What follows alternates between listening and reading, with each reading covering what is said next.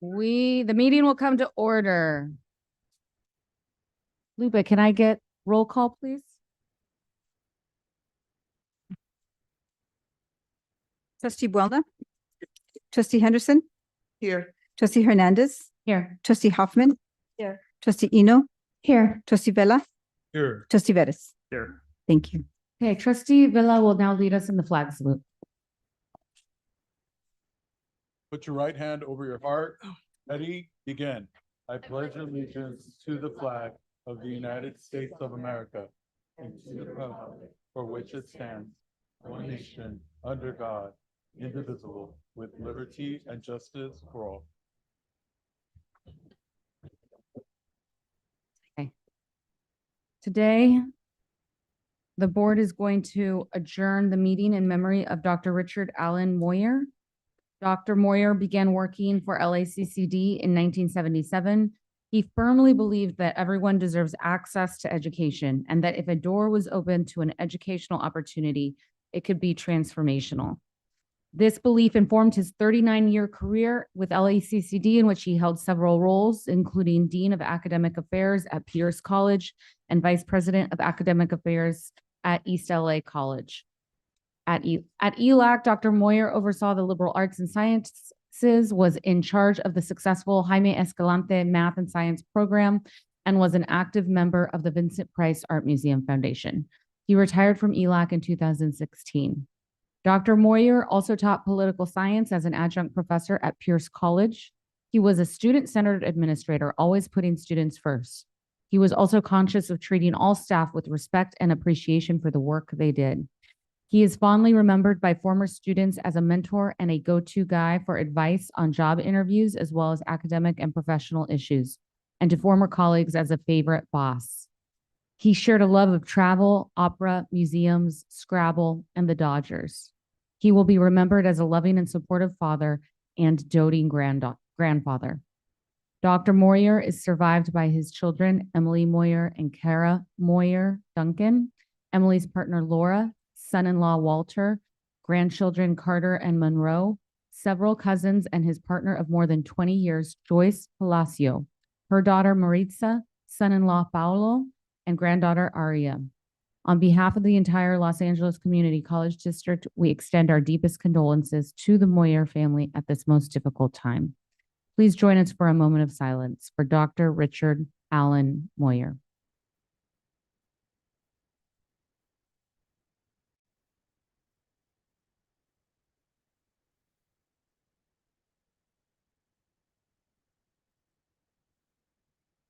Okay, we would now like to ask Chancellor Roman to administer the oath of office and introduce our 2026 to 2027 student trustee. Welcome, Brian.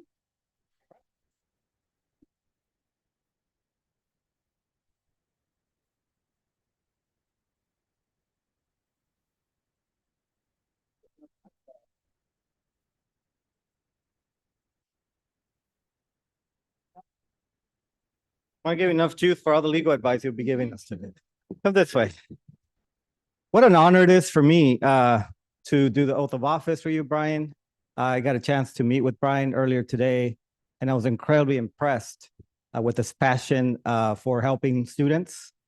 This is a student who won an election representing 210,000 students across LACCD, and I mentioned to him that there is no other position in the community college system that's so large. So he is taking his obligation seriously.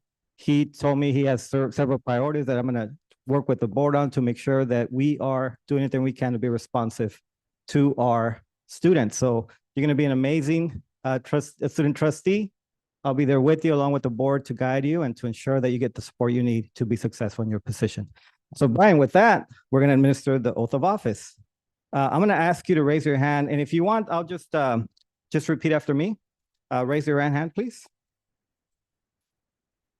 I state your name. Brian Campos, Do solemnly swear or affirm do solemnly swear or affirm that I will support and defend the Constitution of the United States that I will support and defend the Constitution of the United States and the Constitution of the State of California and the Constitution of the State of California against all enemies, foreign and domestic, against all enemies, foreign and domestic, that I will bear true faith that I will bear true faith and allegiance to the Constitution and allegiance to the Constitution of the United States of the United States and the Constitution of the State of California, and the Constitution of the State of California, that I take this obligation freely that I take this obligation free without any mental reservation without any mental reservation or purpose of evasion, or purpose of evasion, and that I will well and faithfully and that I know that I will well and faithfully discharge the duties of the office discharge the duties of the office on which I am about to enter. in which I'm about to enter. Congratulations. Let's give a big round of applause. Right, Campos? We're gonna go to the side. Get a photo?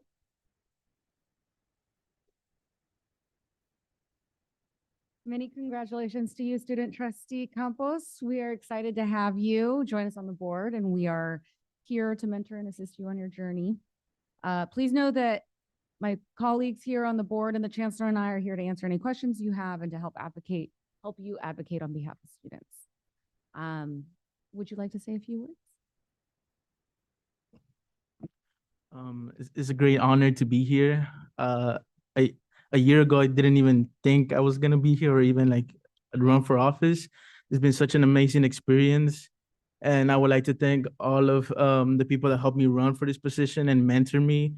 Coraima Martinez right there, she made me believe in myself. I would like to give her a round of applause. Anyone?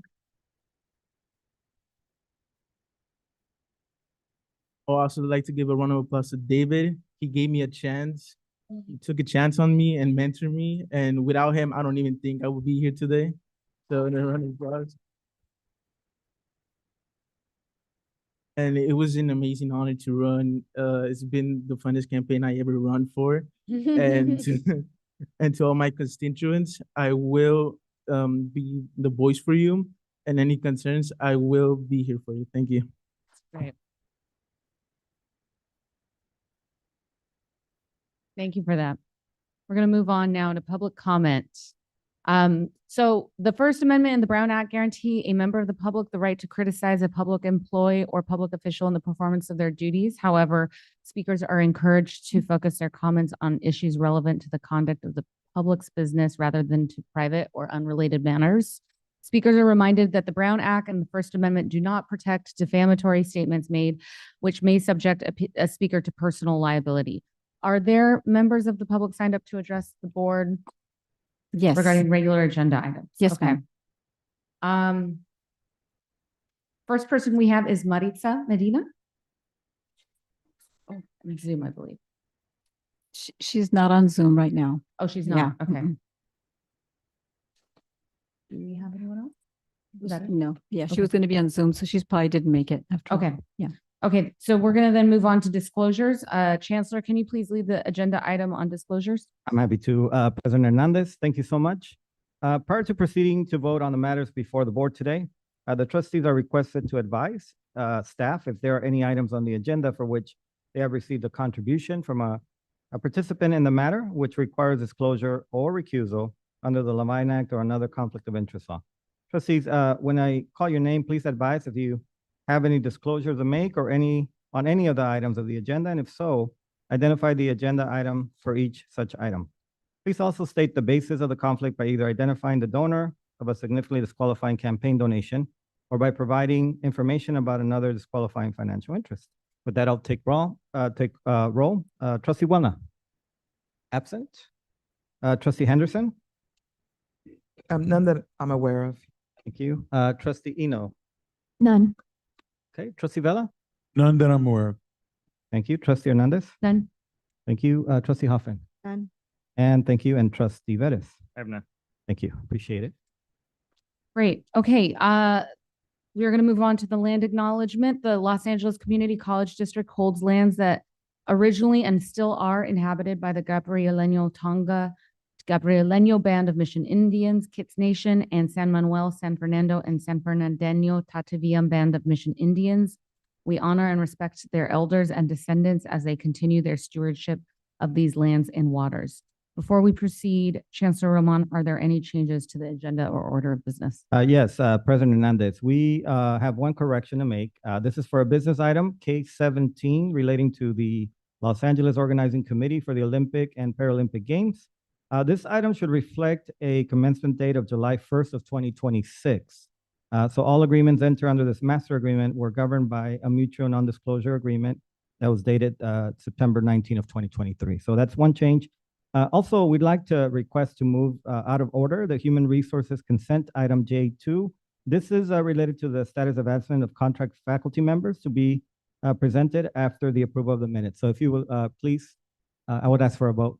Okay, may I have a motion and a second to approve the agenda and order of business with the requested amendments? Second. Moved by Trustee Wellna, seconded by Trustee Eno. Roll call, please.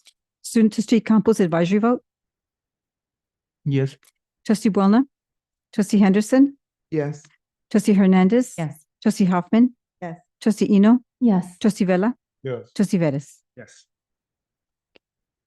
Great. May I have a motion and a second to approve the minutes from the regular board meeting and closed session of May 6, 2026? So moved. Moved by Trustee Eno. I'll second. Any discussion? Roll call, please. Student Trustee Campos advisory vote. Yes. Trustee Buona. Yes. Trustee Henderson. Yes. Trustee Hernandez. Yes. Trustee Hoffman. Yes. Trustee Eno. Yes. Trustee Vella. Yes. Trustee Vettis. Yes. Thank you. Okay, we will proceed to the Human Resources Consent Item J2. May I have a motion and a second on consent calendar item J2? Move to approve. Okay, Trustee Wellna made the motion, Trustee Hoffman made provided the second. Roll call, please. Student Trustee Campos advisory vote. Yes. Trustee Buona.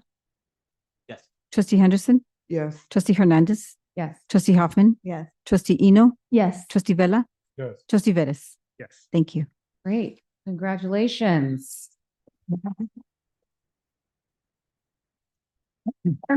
As many of you know, tenure represents a significant professional achievement and reflects excellence in teaching, scholarship, and service to the institution.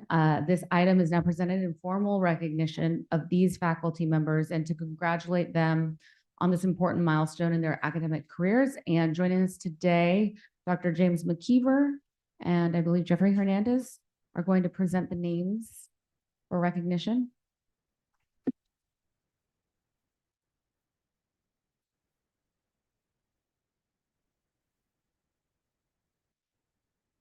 My apologies in advance for anyone's name I did not pronounce correctly. So we have a system. Charles Gaylord.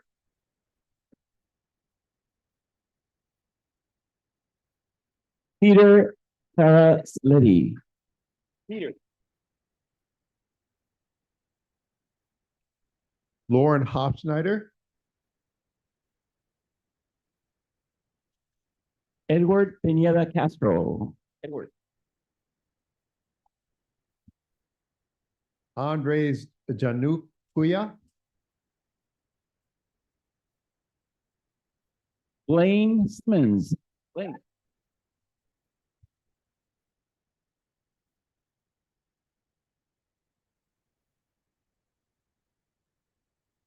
Amir Keshavars.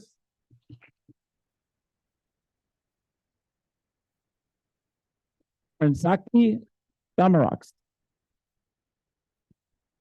Ryan Kushner.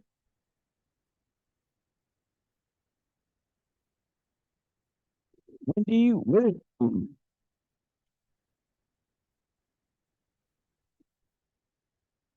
Raquel Michelle Jackson.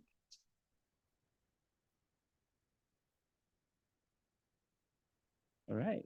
Moving on then to East LA College. Angela Acosta. Jocelyn Duarte.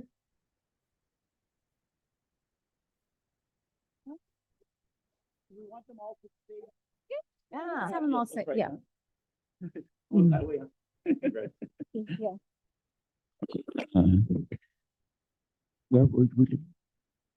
Eduardo Ayala.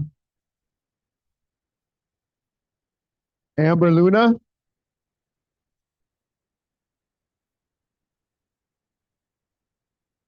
Miriam Bienye, Yun Win,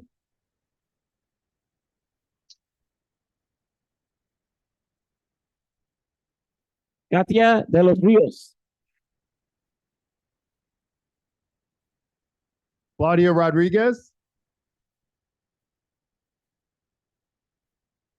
Juan Diaz, Pong Vu, Sonia Diaz, Ingalel Walrus Reader,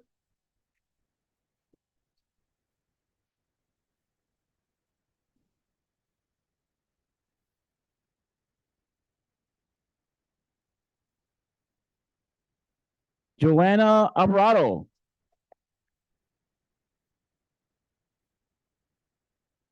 Kim Lin Win, Julie Amenta, Julie Nunez,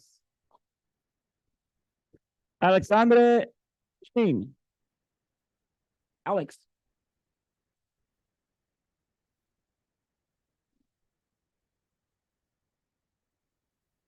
Danielle Smith, Brian Henderson Barrick, Kamisha Taylor,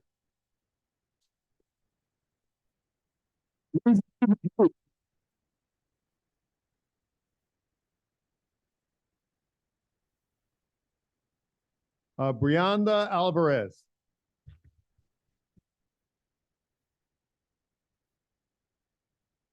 Jessica Kwok,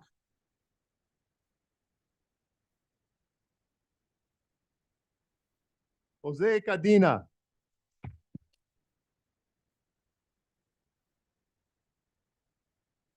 Sherry Lay,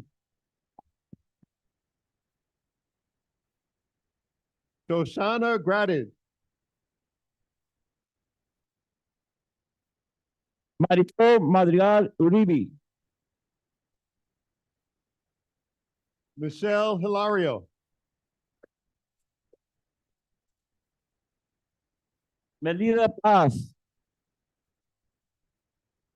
Elizabeth Jordan,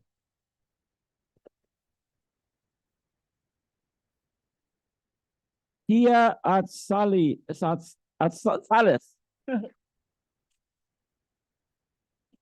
Crystal New, Kevin Connolly, Yvonne Sandoval, Ramiro Garcia, Ori Tanashian, Ashley Granillo,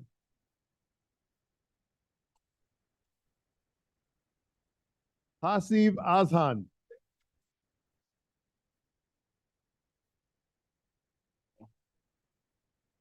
Marcella McKnight, Juan Camacho, Carlos Perales, Edith Hernandez Cabrera, Ipik Acanyela,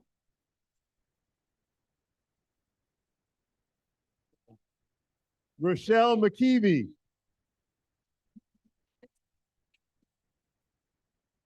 Joel Guevara,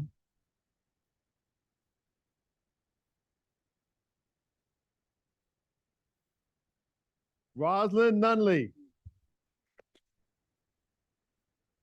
Vicky Estrada, Christopher Ortega, Ryan Howard,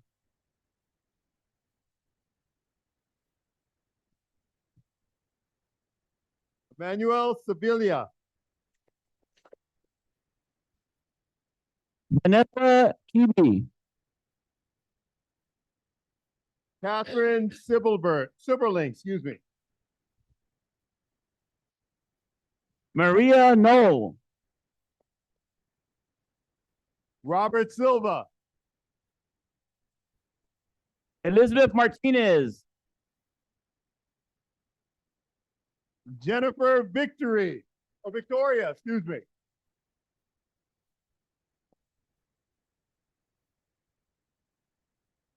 Armine Akopian,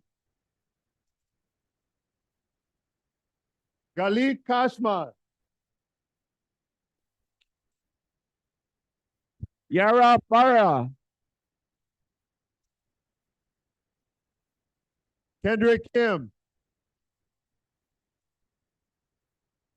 and Andrew Fish,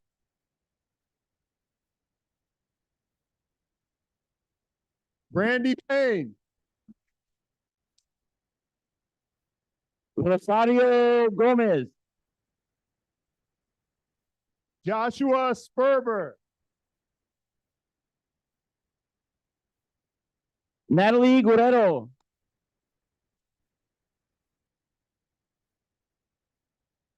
Norma Oriastigi,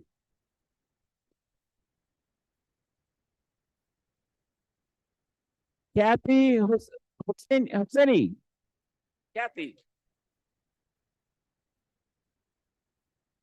Sarah Van Norman, Sonia Kalkian, Aaron Benitez, Eliana Limas, Gary Dagg,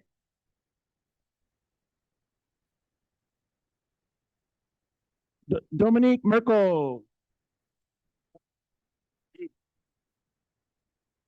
Amanda de la Vega, Jennifer Paul, Edmund Guzman, Arena Chavance, V. Anthony Jones, and Elalia Blasco.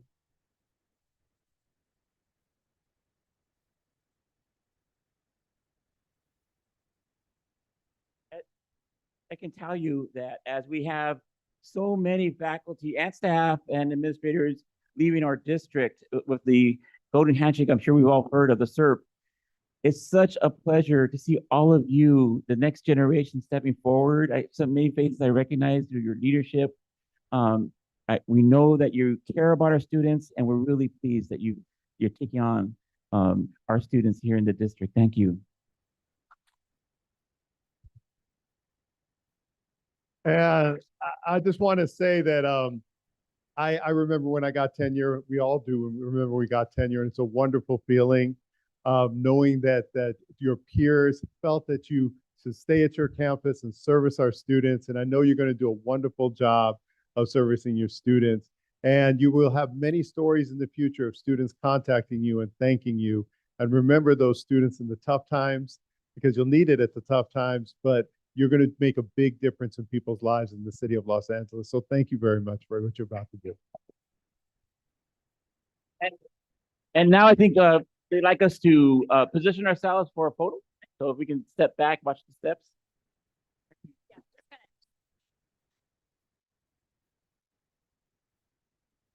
Do we want the trustees? They should have been down there because then we could see the board. Oh. Okay. After this photo, we're gonna do one with the trustees, so don't move, okay? Take this one first, and then we're doing one with the trustees.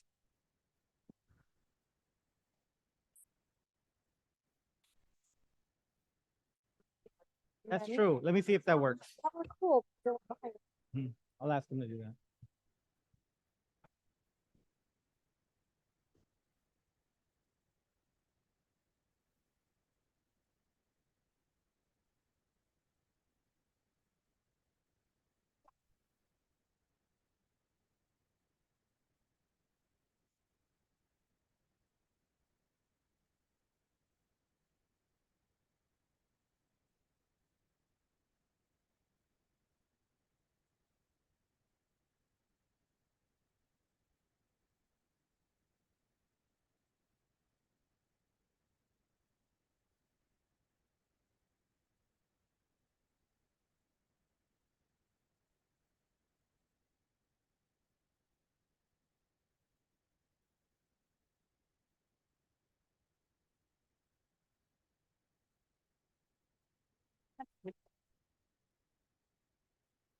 I don't know, would that work for the trustees?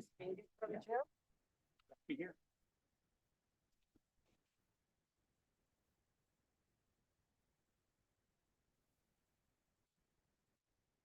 Yeah, that way they're not blocking anybody. Might have to move this. Oh, no, it's got a cord, so we can. Behind the podium? Yep. Does that work?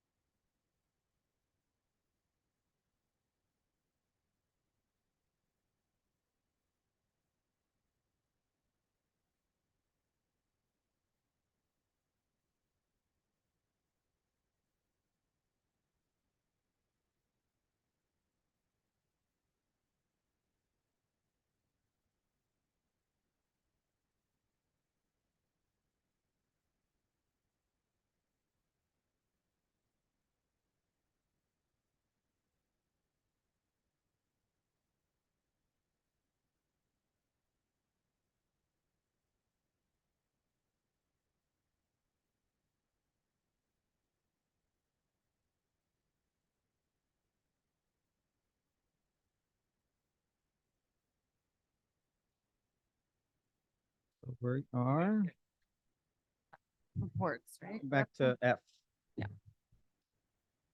Oh, okay. Yeah. Oh, she's on Zoom. Okay.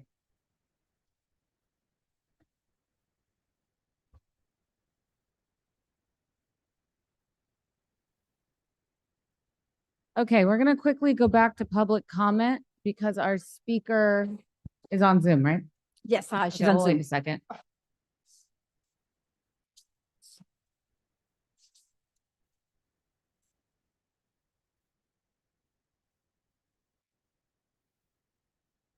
Okay.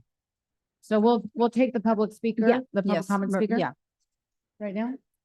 And this is Maritza Medina. Hello, yeah, she's there. Hi, good afternoon. good afternoon. You have 3 minutes. I'm just here today to express our gratitude and celebration of two Wesley College staff members who will be retiring this June. Their names are Julianne Cueva, who has been serving in administrative just- services.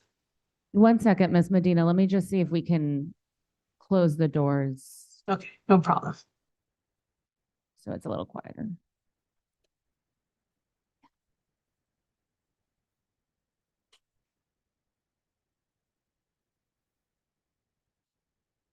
Okay, thank you. You can continue.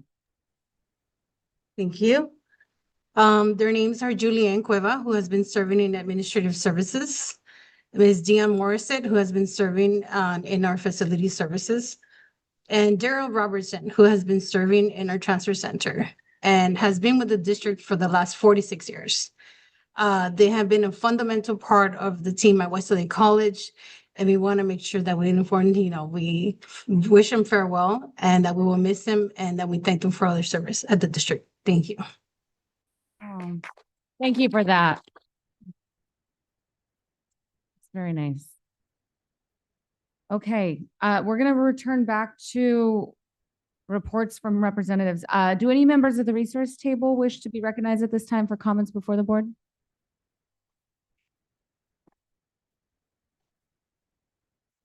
Yeah.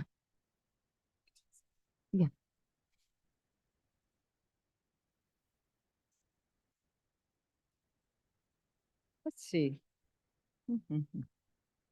Good afternoon, Good afternoon. Board President Hernandez, trustees, and Chancellor Roman. June is an important month for all of our communities with our over 300 retirees and many of the events that we have happening in our community. I wanted to take a moment just to address one of the resolutions that we have on the agenda today, and that's the resolution to celebrate the LGBTQ community, which I think is very important because we have two celebrations going on in the next 7 days. I'm going to just take a point of personal privilege and just say that I've been truly fortunate to have my orientation accepted and supported by my colleagues here in the district. And I would like to say it was that way in my family, but it wasn't always that way in my family. This acceptance was hard won. One older cousin, who was when he shared his truth, was disowned by my aunts and uncles. And consequently, my family lost touch with him, and I never got the chance to meet him. I think he lives somewhere in Los Angeles. I don't know. Please reach out to me. Years later, another cousin who could only be described as kind of a ray of sunshine, very humorous young woman, lit up every room when she came out to those same aunts and uncles who were now ready to learn from her. So years later, I mean, it's like a family tree with me. When my older brother and I shared the same story with our mother and our siblings, and of course, our very large extended family, no one was scandalized. We were accepted and loved. So let's just think about that, what acceptance means. Alan Cumming, who's a very famous actor, and for those of you who follow Trade Tours, he leads that show. He's an outspoken LGBTQ advocate. And he said, excuse me, being accepted for who you are is the greatest gift anyone can receive. So let's think about that in an educational context.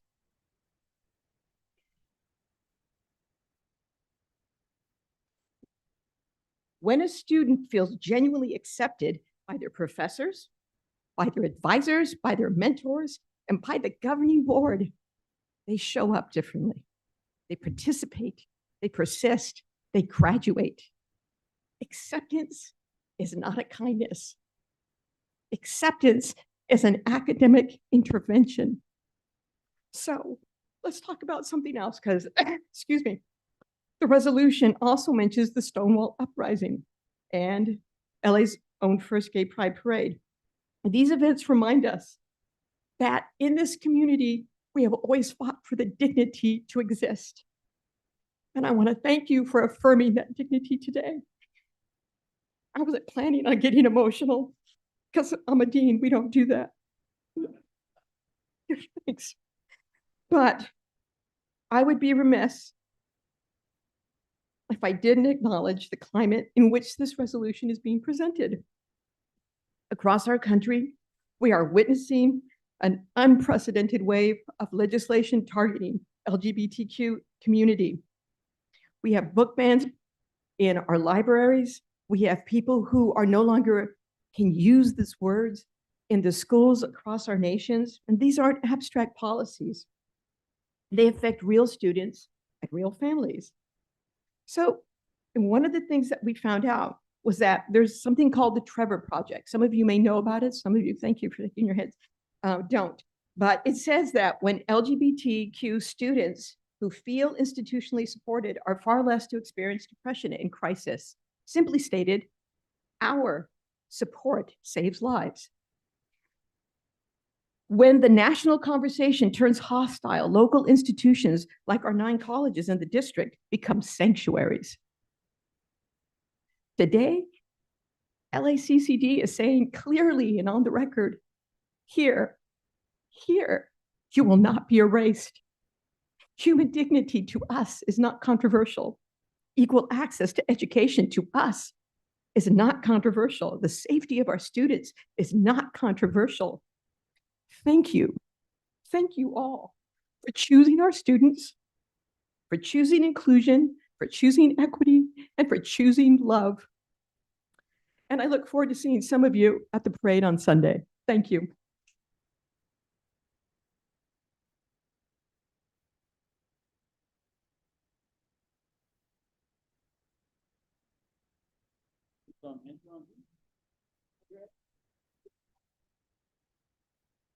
Angela? Good afternoon, everybody. I first of all want to start out by expressing my support for the 4 resolutions celebrating LGBTQ plus Pride Month, as well as the Juneteenth Emancipation Day. I also want to express my gratitude to all the LACCD employees who are retiring.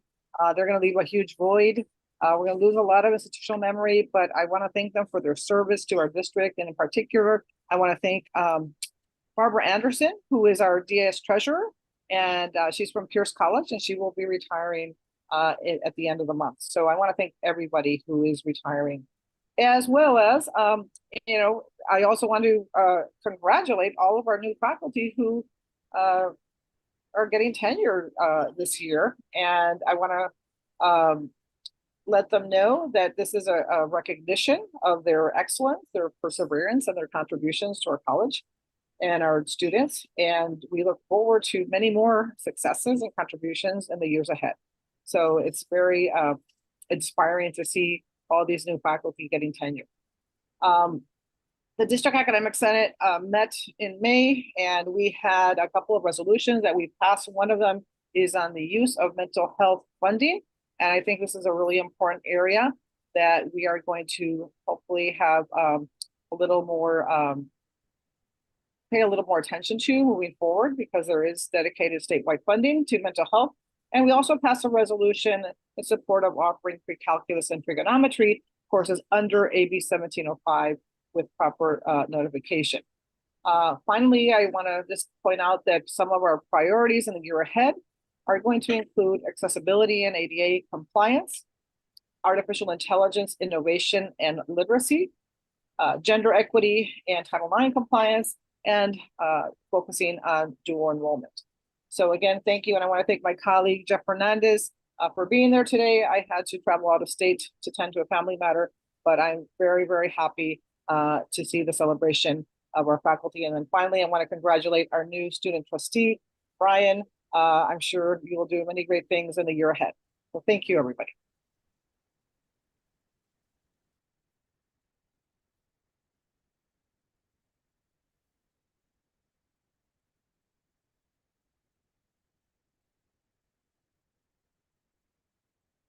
All right.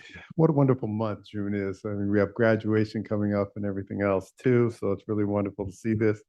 Once again, congratulations to all our faculty that received tenure. It's a great moment. Also, congratulations to all those who are beginning the next and best chapter of their lives with retirement. I mean, that's the goal, is to have a good, healthy retirement, and we've provided them that. So I want them to enjoy that, and I want to thank them for everything they did.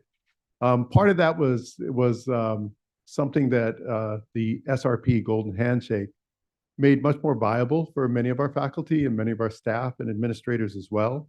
And I supported the SRP, and I supported it because I felt that it gave us an opportunity to build back better.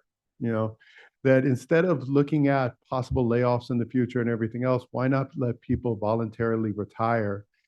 These people would be at the top of the pay scale and being paid more than anyone else. And it gives the district a chance to take a look at all the different positions that it has, and then assess those positions and decide where they need to hire back first.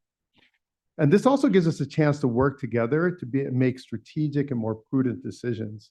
I tell my faculty all the time when they talk to me about, hey, we just lost, a full-timer and stuff, we want to go after another full-time hire. I always tell them, I want you to really think about that before you go after the full-time hire. I want you to take a look, is this something you really need? Do you have enough classes for your full-timers now to maybe receive an extra class? Do you have enough classes for your adjuncts before you make decisions like that? And be really prudent in that decision.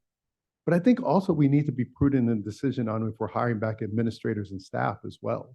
All right. I think one of the things I do support, and a lot of our faculty support this too, is the hiring of staff and looking at those staff positions, because we know that they've been understaffed for a long period of time. And I think sometimes people forget that we can't do anything that we do in this district without staff support. No matter what you decide you're going to do, it's the staff who at the bottom line are going to carry it out. So we need to make sure that we have enough people to carry it out. But I am a little disturbed that lately on a couple of our campuses, we've been replacing certain ISAs and other positions that have been occupied by faculty, and we're proposing replacing them with academic directors instead, all right, without consultation of our faculty. And that's not working together. That's not the thing that will endear trust in those faculty at that time. It'll make us wonder, why is it that we went through with an SRP and allowed all these positions to become vacant for faculty if we're just going to fill them with administrators? So we do suggest that every one of our campuses do consult with the faculty before they make those decisions. That consultation goes a long way.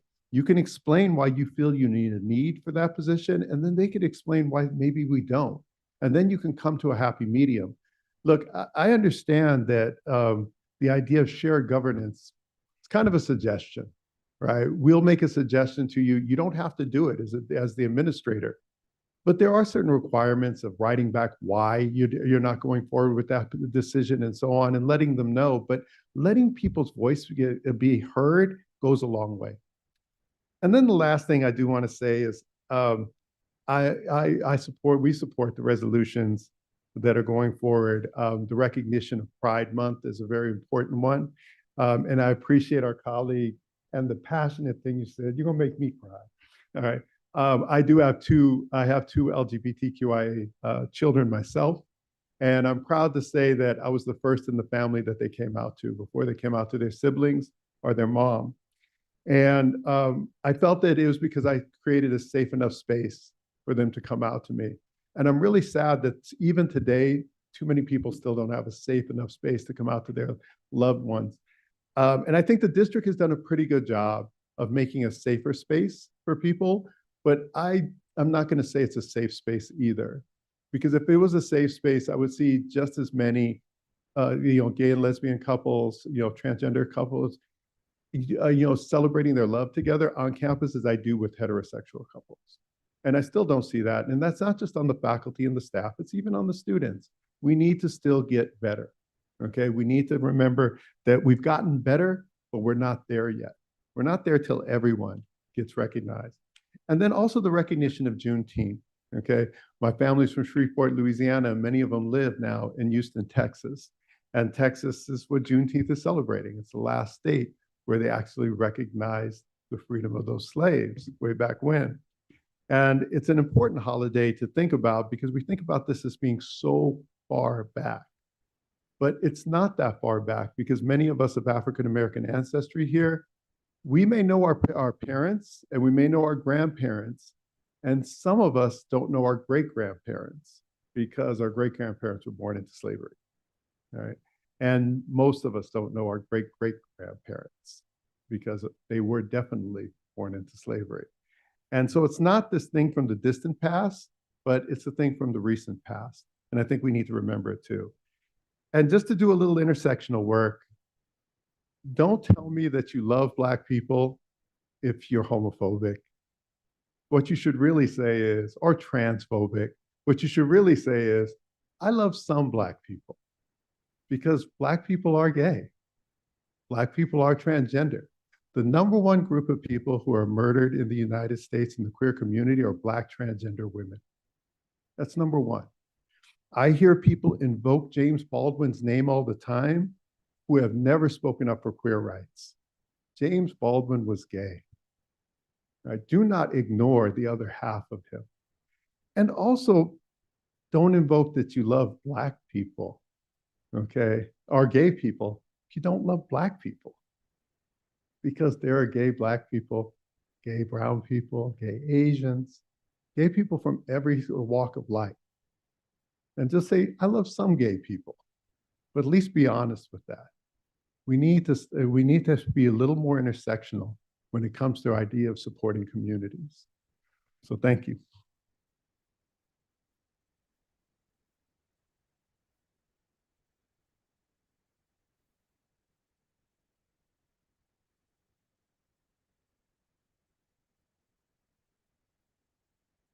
Good afternoon, Board of Trustee and Chancellor. My name is Chris Ozan, representing SEA Local 99. I want to first congratulate and welcome our new student trustee, Brian Campos. I just want to say congratulations, and we look forward to working with you. And I also want to say to all the new tenured faculty, congratulations on your tenure. This is a well-deserved milestone and achievement, and I'm very happy for you. And I also want to say congratulations to all of our retirees. I wish you nothing but the best in your new chapter in your life. And I also want to give a special shout out to all of our Local 99 members that's retiring. We have quite a few of our members that's also retiring. And I want to say thank you for your hard work and dedication to this district. And I want to also give a special shout out to Lupe. As you know, Ms. Guadalupe, I know, sorry to put you on the spot, but you know, she's retiring, and I just want to give you a special thank you for your support and for everything you've done. She's been the backbone to this board, very supportive, you know, to all of you guys on this board. And I just want to say thank you and congratulations on your retirement. And also, I want to, you know, just echo what James McKeever said about the retirement incentive. You know, of course, you know that, you know, we're short staffed and we're going to need a lot of those positions filled. So, you know, just, you know, keep that in mind. You know, our members are doing, you know, the best they can, you know, with the, you know, staff shortage. And lastly, I just want to say, you know, happy Juneteenth, happy Father's Day to all the dads, and thank you.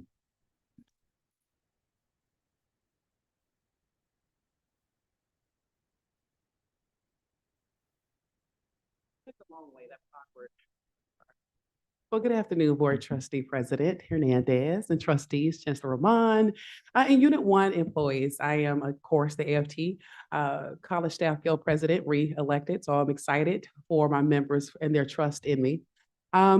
Yeah, congratulations, Student Trustee Campos, welcome.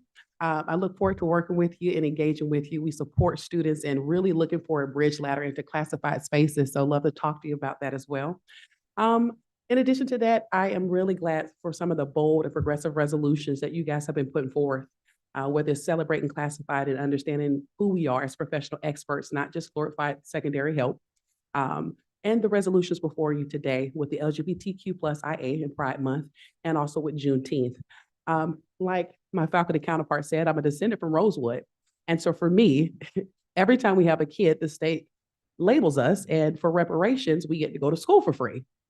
Right? So I look at education being the biggest form of resistance. And for me, I am not the first generation graduate. I am not the second nor the third. We've taken it upon ourselves to show our joy and resistance by being educated and liberated. As you understand, the plight was to make education illegal. The biggest slavery is of the mind. And we are seeing the reverberations of that, even when we see our enrollment population, and we are still fighting those consequences of that, even in a progressive state like California. Never going back to Florida, but would like to say thank you for celebrating and honoring it, not just for saying this is Juneteenth, but we also get fragility when we talk about it because it's not comfortable. So thank you for sharing space for both our LGBTQ plus community, who had to fight for their civil justice and liberties and rights, and also for our African-American and our Black population in this country. Another thing I'd like to really just address, classified have become very much analytical in how we approach the board, and our hope is to bring research-focused-oriented data. As a researcher myself, just got accepted to UCLA for the doctoral program, excited to continue resistance in education. Thank you. It is my hope to not bring just arguments and a bunch of words, because I'm sure your ears get tired. Venting, we get empathy burnout, and we're like, what am I here again for? So I look to bring you guys more of a data lens. Our collective bargaining agreement in Article 5 speaks to the board's agreement to staffing ratios and making sure that Unit 1 is protected. And I thank you, James McKeever, for speaking to the space, in classified space. We don't realize that we are your data analysts. We're your ADA coordinators. We are your multimedia specialists. We are not just a position where you relegate us to a second-class citizenship here. If we're talking about equity, you must live that in action in how you place value on systems. We get it. All value has to come with some metric of monetary value, because how do you justify it otherwise? But I don't want it to be forgotten that we are people, we have families, and we need enjoyable wages too. And we bust our butts to make sure that our students who come through those doors are protected, they understand their rights. We implement your policies. So please use us as the experts we are to let you know when things don't work. Oftentimes we get missed in a conversation, and yet we have to roll out another policy. And all researchers know, you look at it from each data set to see what works and what doesn't. You don't have to reinvent the wheel. You have a wheel, and unless you're going to break the wheel, you're going to always be behind. And so I'm hoping for a culture of understanding that staffing is predicated on that.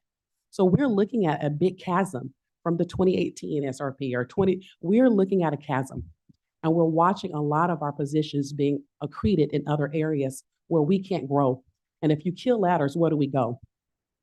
And if you give us a value that's less than a couple dollars, and I have classifications less than 55,000, where do we go?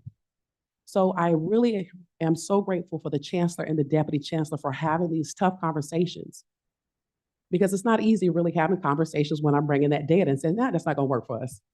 And it's no feelings involved. It's really just the business of equity, where I don't have to fear, oh, someone's going to get me for being honest or advocacy. And I appreciate you for that safe space to be honest and look at the data. So I look forward to bringing it, because staffing for Unit 1 is very bad. We're now being treated like quota-based metrics. You have 3 days in order to give me 500 files, right? Or they're using one person who's designated for one place to work in split offices. And it's the cultural norm to cut budget on our backs while also saying, I'm going to hire another upper administrative position. For what? Who are you overseeing? And I do support it because we all want to climb, but you have to look at the base structure. If you disseminate the base ground and then blame us for the lack of enrollment, you're not understanding that we are the crux of that enrollment. And if you don't support us, how else are we going to build that bridge? We are your equals. We are your counterparts. And I thank Unit 1 for trusting me to look at that data and also to present it to you guys in a more analytical way. Thank you. Thank you.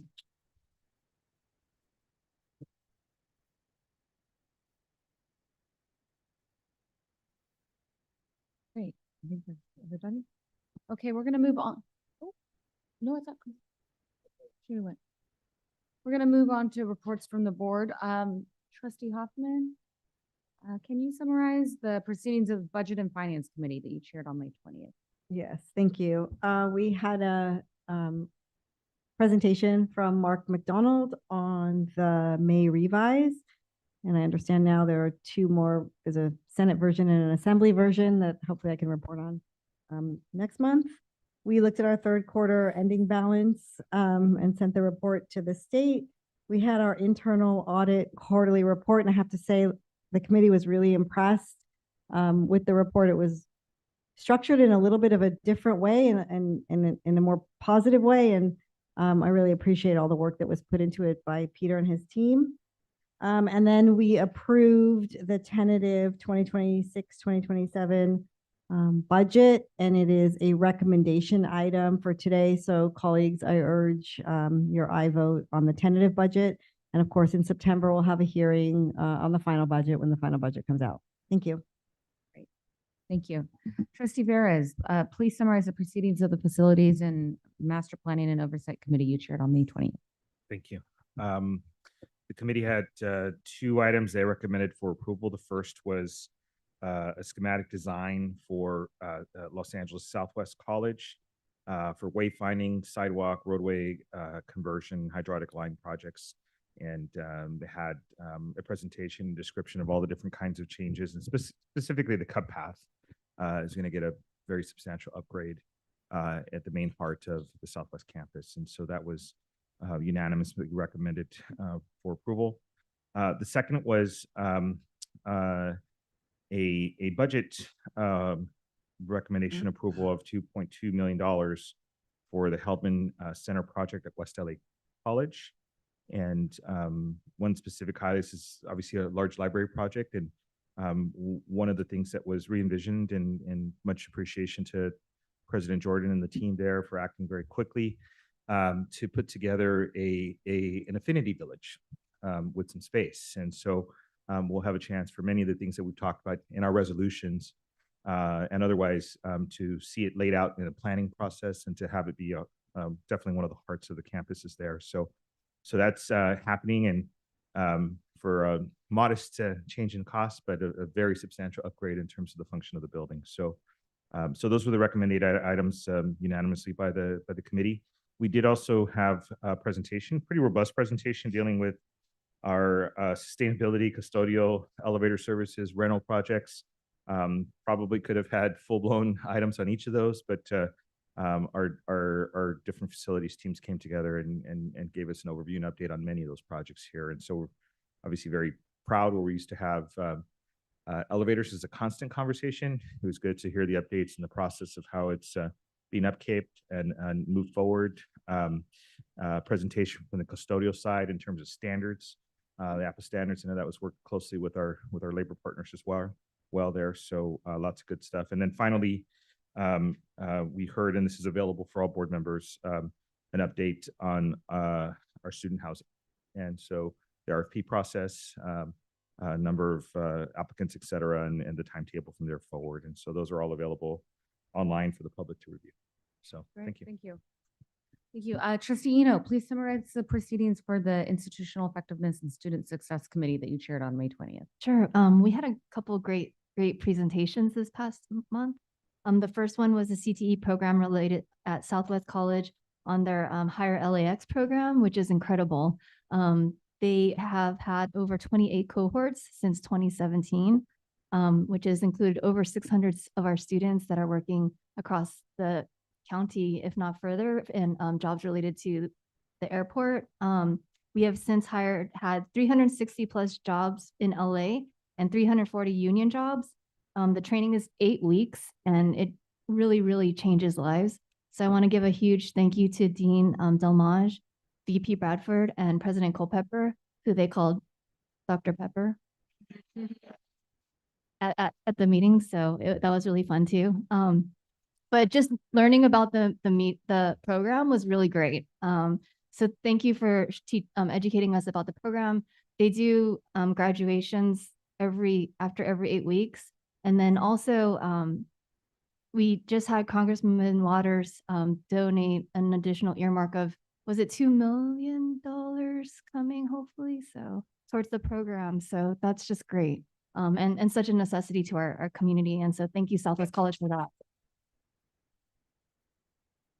The other amazing program that we've had was established in 2014, and it's the Build LACCD internship program. And so we had Vice Chancellor Sata and his team and student interns present to us about their experience. And that's just another exceptional program that we have too. I think it really changed what I kind of thought about the program, because there wasn't just construction build folks in there. We had communications interns, architecture interns, and it's been full circle too. So not only have we had internships go through our program, but we've had students actually get jobs within our district since they've been in our internship program. So that's been phenomenal. It's up to 3 semesters. A student just needs to take one class, one unit to be considered a student of ours, and they get 320 hours, paid 320 hours a semester for 3 semesters. And in 2026, we currently have 72 interns, and I know Vice Chancellor Sata is looking to grow it I forget when, but in 2021, yeah, we expanded the program to be a requirement to some of our bigger projects. And so that's also been a really great reason why we've been able to grow. And then after that, we had the enrollment report. Summer's looking great, as well as that was it, just the enrollment report. So yeah, summer's looking good. So please encourage our students to keep registering for our classes. Yeah, and that's it. So thank you. Thank you. Great.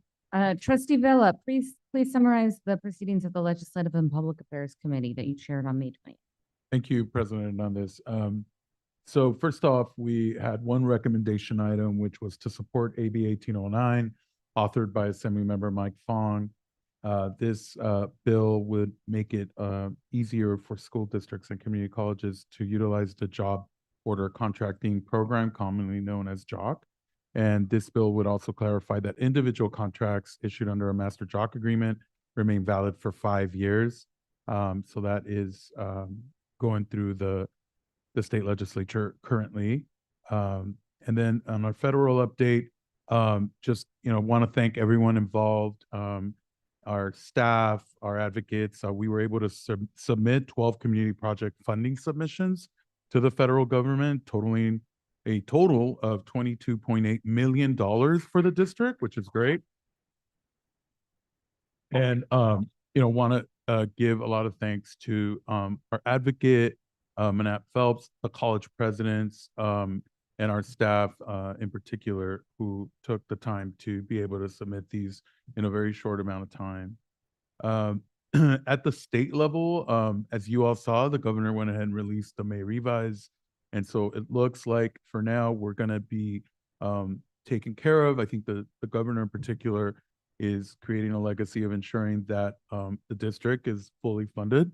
And so we did receive good news that some of the more categorical programs will be fully, or at least some of the proposals is that we fully fund the categorical programs, which was something that was going to be off the table, which included, enrollment growth for our college presidents, which included the LGBT Pride Centers, which included the student support block grant. So there was a lot of money that both sides of the house are looking to continue to fund. And obviously, as some of you know, I want to really thank, AFT in particular, all the bargaining units, 5021, 21A for supporting us in Sacramento.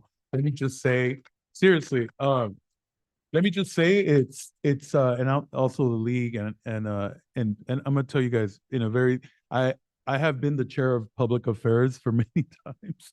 This is one of the best times where I've seen everyone join together to ensure that the state continues to prioritize higher education and in particular President Hernandez community colleges. So it's very exciting to see, and I think we'll continue to see that as it moves along.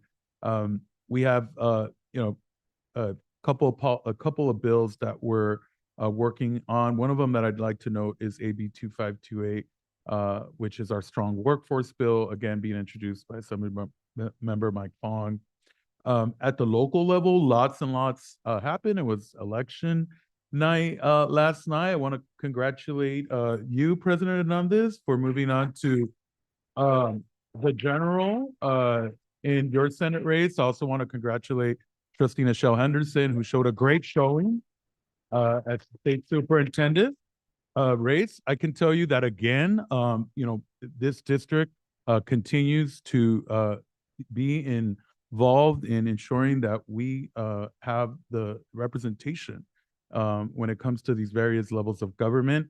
And one of them obviously is our beautiful LA County and City of LA, where our advocates have been working together with, for example, LA Metro to review, for example, the ad hoc. They're redoing the board of the directors at Metro. Looking at that, we're looking at all sorts of various changes that will be coming about. The Olympics, I know the FIFA, and we're going to clarify the FIFA stuff because I'm still a little bit confused on when it is and when it's not. I know people are asking, but definitely we're still involved in those conversations with the city and with the commission. Again, just tons and tons of stuff going on, and thank you again. Thank you to all my colleagues for supporting us and ensuring that the district continues to communicate, introduce legislation, and so on and so forth. Thank you. Yeah.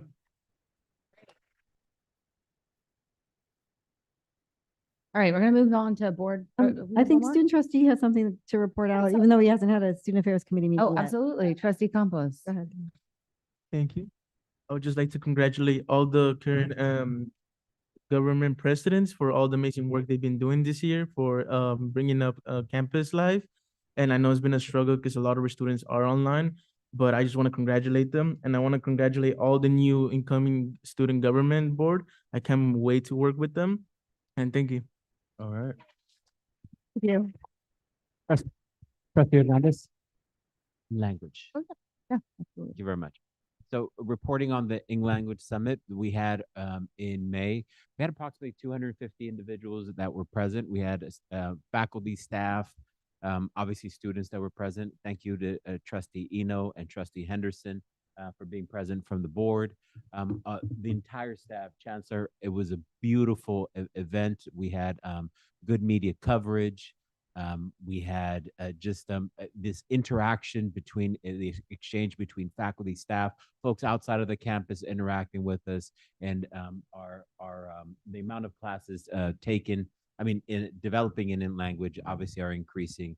Thank you for the district social media team that put it together. Thank you very much, Chancellor and Ms. Hidalgo. Excellent job. Thank you. Great, thank you so much. Okay, moving on to board travel authorizations. May I have a motion and a second on item G2? So moved. By trustee Eno, seconded by me. Any discussion? Roll call, please. Student trustee Campos advisory vote, Yes. trustee Wilna, Yes. trustee Henderson, Yeah. trustee Hernandez, Yes. trustee Hoffman, Yes. trustee Eno, Yes. trustee Vella, Yes. trustee Vettis. Thank you. Great. Moving on to resolutions. Celebrating lesbian, gay, bisexual, transgender, queer, questioning, intersex, pansexual, two-spirit, androgynous, and asexual Pride Month. May I have a motion and a second on item H1? So moved. Second, Moved by trustee Eno, second by trustee Vella. just a quick discussion. Yes, too, if of that's course. okay. You know, I couldn't not, address this. I think we have been extremely lucky, I think, I'm extremely lucky, we're extremely lucky to be in an institution that, you talk about acceptance. I think that this resolution has more, meat behind it than we really think because of how much, we know the environment out there. And, as I mentioned, as chair of public affairs, we're in constant communication with the federal government, with the state government. And so one of the interesting things is this anecdote. Some of us have a personal friend in Congressman Robert Garcia, who just outright won his election as a openly gay Latino man, in Orange County. Half of his, yeah. The irony in that is one of their cities, the city of Huntington Beach, banned the pride flag outside City Hall. What's so interesting about that, and why I encourage our college presidents to wave the pride flag, is that was tried and almost succeeded in one of the most progressive LGBT cities in the country, Palm Springs. There was a one council member who felt that the pride flag should not fly in the city of Palm Springs. And if you know the history, you talk about Stonewall, you really know the history of Palm Springs. It is literally where people had to go in order to actually live their authentic lives. Similar to West Hollywood, which was unincorporated county. The city of West Hollywood now came from 5 people, including a friend of ours, John Heilman, who was a founder of the city of West Hollywood, incorporated just to live. When we really talk about why it's so important that LACCD, our institution, goes ahead and has the pride flag here at the dais, and at our colleges. It is truly to signal. And by the way, a very proud, and beautiful flag when you think about it, because of all the colors. But it is to signify to our students, the people who make up this district, the people that are literally the reason why we're here, could come to school and feel literally like they're not wrong. I really want to reiterate that. It means a lot. And the reason I can tell you that is because when I'm in Palm Springs, and some of you know I go to Palm Springs, I think, right? But when I do go, it is one of the largest pride flags in the country. And I'm able to hold hands with my partner on Arenas Road. And if you know Arenas Road, that's the main corridor in Palm Springs. I don't think I can do that in downtown LA. I don't feel safe. I'll be honest. Can I do that on Santa Monica and West Hollywood? I think I feel safe. My boyfriend sometimes doesn't, So the pride flag and why this resolution, I think it all came together. And, why we do this for our students is so that they can come here and feel safe. And this resolution, I'm so happy that we read it because there is a lot to it. It took many, many years. Some of this language has been cut in and cut out. I want to thank our staff for always being on top of it. But it is it was intentional by the people in LACCD, including our students and the LGBTQI committee, the ad hoc committee, to not only incentivize safety, but for our students to come and thrive. our LGBTQI students. I want to say some statistics quickly. In the 1970s and 80s, the mainstream belief was that it was 10% of the general population identified as LGBTQA. We now know that due to some of ours, I want to thank Dr. Nicole Alba Lopez for implementing surveys. We know that that number is growing, that, it continues to grow to 15, 20%. And we have the data. But I just want to say that this is intentional. And so I'm just so really happy to hear that, and that it is here, and that we create that safe environment for students, not so much for, the purposes of trying to show a lifestyle. That's not what this is about. It never has been. It's just literally to be able to thrive. And so I want to thank all of you, and I implore your eye vote. So thank you all. Appreciate it. Trustee Hernandez, ditto to everything that Trustee Vela said. May other trustees have the opportunity to put their name on the resolution? Yes, I think so. Can we add? Can I make a comment? Thank you. President Hernandez, yes, I mean, I think as part of the motion, if trustees would like to add their name as part of that, that should be included in the motion. I would like to add my name. Great. Yeah, me too. Okay, wait, maybe we can add everyone's name unless anyone. Can I make a comment? Or Yes, of course. are you done down there? Did you have any more comments? No, that was. So first of all, I really want to thank you, Trustee Vela, and I'm really proud to serve on this board with you. And what Trustee Vela isn't telling you is that the entire state of California and all of our community colleges are better off because of your initial push to get $10 million in the state budget for LGBTQ pride centers. And wait, it gets better. It gets better. And when that first happened, everybody was grateful and thanking you and really thrilled. And now we're heading into a new state budget. And before the state budget started to become, the state chancellor's office reached out to me and said, I really hope LACCD is going to push hard for this because we believe in making sure that we have funding for our LGBTQ plus students. The governor did not put any money in his initial budget to continue to support LGBTQ plus students with, an actual carve out in the state budget. But I want to say, and I'm surprised you didn't report this because I think you're just too humble, that the state Senate in their budget proposal has $30 million a year for 3 years as a proposal, which is amazing.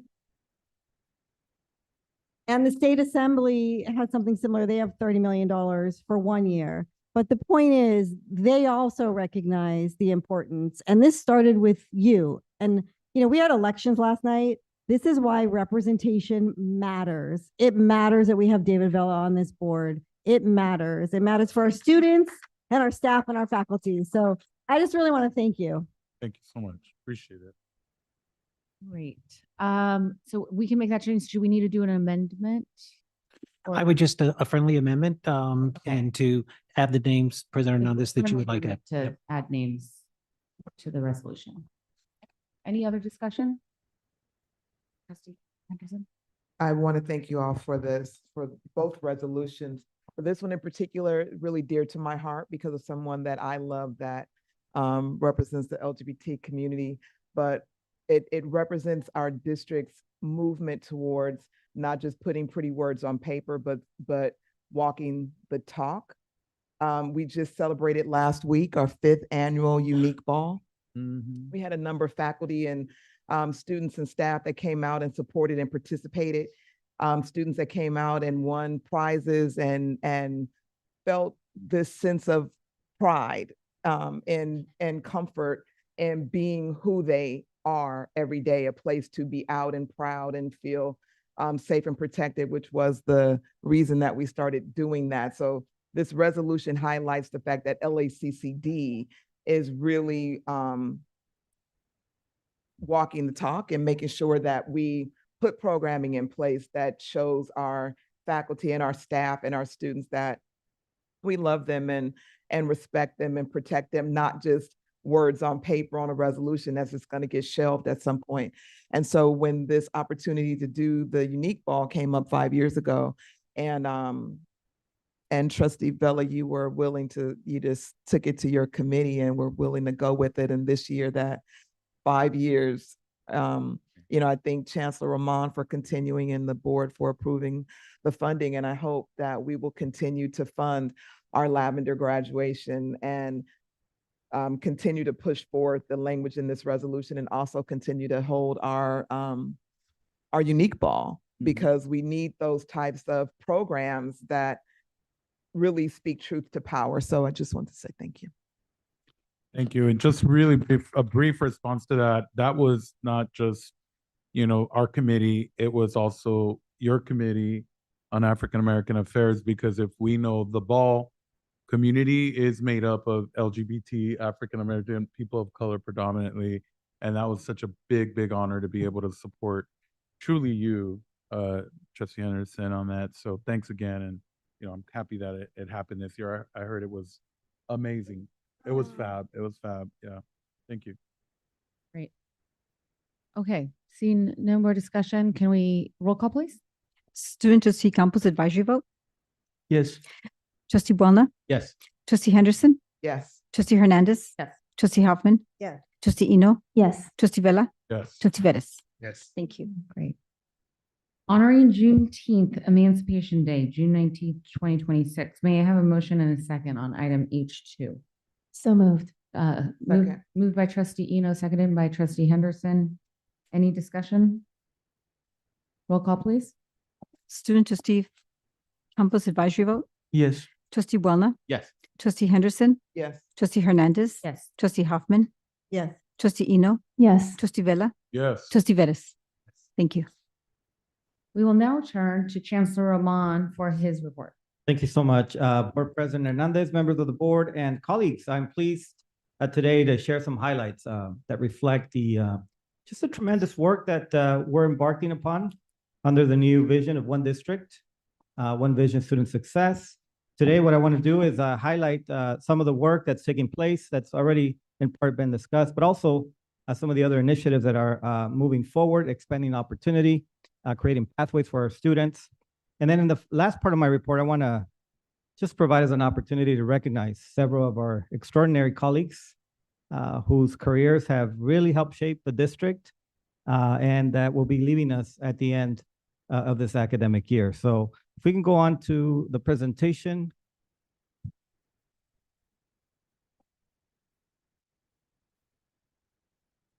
You didn't get a presentation. Okay, all right. I will speak to these rather quickly. So first and foremost, we are super excited, colleagues, to launch the partnership between Cal State LA, East LA College, and LACCD. I have to tell you, this is indeed, and I've said this to the media, is a historic initiative, and it is the largest of its kind. As you know, this agreement represents much more than a housing arrangement. It's really a commitment between two institutions of public higher education to put our students always first. This partnership through ELAC will put students at Cal State LA. They'll have access to safe, stable, and affordable housing opportunities while they pursue their education. So having our students at the four-year university where they typically transfer and have a seamless transition makes a lot of sense for us. I do want to, first and foremost, extend my gratitude to Board President Hernandez. She was the champion this year and in prior year, to get the initiatives pushed through. It took some time, but certainly we were committed to that. So Trustee Hernandez, thank you so much for being a leader. You have seen how much has taken place in the area of housing, but also want to thank the entire board. The board has been behind basic needs, has been behind housing way before I became chancellor. This is a board that really believes in eliminating barriers, whether it's housing or food insecurity. And under the leadership of Trustee Hernandez, we were able to make significant progress. This is the beginning. This is the beginning. We have, of course, the dorms that will be built at Piers as well as City College, and then other additional initiatives that are coming forward. So I want to thank also President Perez, his team. I think Dr. Dueñas is here as well, and some of the team members over here. Raise your hand, please. The team who has been behind the scenes and will be recruiting the students and will be supporting the students from East Los Angeles College at Cal State. So thank you so much. It's my old team. I know these ladies very well, and they work incredibly hard to get the work done. And of course, finally, Dr. Sata, here in front of us, our Chief Facilities Executive. Thank you for shepherding the process, and thank you for ensuring that we can get this completed in a timely way. I appreciate it. All right, I'm going to keep going quickly because I do want to get to the recognitions. The other initiative that was so exciting, and I want to share you, is the NEST initiative. NEST. Okay, so this is a development through a grant. LACCD received $1.4 million from the ECMC Foundation through the LACCD Foundation for Community Colleges. And this is really to expand support for one of our most resilient student population that we serve, and that is our student parents. You know too often that parenting students have to balance coursework, they have to balance employment, childcare responsibilities, and family obligations. So this initiative will provide an opportunity for 4 of our colleges, City College, Los Angeles Mission College, Harbor College, and Valley College, to serve as leaders in this effort, expanding opportunities, creating safe spaces, creating places where our students can actually bring their kids while they're taking courses, and have an opportunity to have them on campus as well. This is leading towards the effort of ensuring that we eliminate those barriers of childcare that oftentimes get in the way of so many student parents who have to take care of their kids. They have family obligations. At the same time, they're trying to graduate. So I want to give kudos to Trustee Hoffman, who was there representing us. She gave, as you know, she has given the powerful speech of herself and her story of being a student parent, and the powerful, story around support and how that can make the world of difference. So thank you, Trustee Hoffman, for joining us, for giving such a powerful speech. Of course, to our 4 presidents, President Gabru, President Ornelas, who couldn't be with us today, President Dorado, who's back there, and President Gribbons over here. I'm not going to miss you. I saw you. All right, so let's go on to the last initiative. And I'm not going to spend a lot of time. I want to, but I do want to move on. This is the In-Language Summit. I think Trustee Wellness summarized it quite well. An exciting, amazing, successful story. You look at that photo just to give a sense of impact, attendance, folks that were there from all the 9 colleges. Again, representing the colleges offering the courses. We now have a couple of courses that are credit courses for in-language. One of them was at East Los Angeles College, the CDC program that now has launched. There are other following, but the idea is simple and fundamental. Eliminate the language barrier to allow students who otherwise would not be able to access higher education. And this is a phenomenon that's growing. Again, he's not here, but I want to thank Trustee Wellna. Again, this is something that started as a concept, evolved to a full programming, and it continues to grow. So I want to thank him and the entire board for supporting our in-language program. So with that, thank you. Yes, thank you again. Okay, let's move forward. I'm glad you got the PowerPoint to work because I want to show the next slide. Uh-oh. So trustees, early retirement incentive is often a bittersweet moment. It certainly is for LACCD. On the one hand, we say goodbye to talented, dedicated employees whose knowledge, experience, commitment have really helped shape LACCD. At the same time, we're opening opportunities to bring new talent and in service of our students. But I would say this, organizations like LACCD remain strong when they honor the wisdom of those who came before, while creating pathways for new employees to lead and innovate. Jeff, if you don't mind standing, please. Please. Oh, remain standing. I'm going to ask you to stand, please. I know you're not about recognition, but brother, today we're going to recognize you. So, General Counsel Prieto, let me take this opportunity to publicly thank you for your outstanding service to the district. Throughout your tenure, you have been a trusted advisor. You have provided thoughtful legal guidance and you sound judgment to the district on many critical cases and matters. Your commitment to integrity, transparency, and the best interest of our students and the institution has always been front and center to the work that you do. The district has been lucky and fortunate to have you back a second time. But beyond your legal expertise, you've been a valued colleague to me, steady leadership throughout the time I've worked with you, and the dedication that you have given to us will be a lasting impact over many, many years. We will miss you in closed session. I know you will miss closed sessions, but we will miss you in closed session. But I think more than anything, I think I'm gonna miss your warm, kind, and collective presence always. I have never seen you upset once, and even if you were upset, you never showed me, okay? But you just been such a great person to work with. We're gonna miss you dearly, and I wanna wish you the best in the next phase of your life, and career. So thank you so much.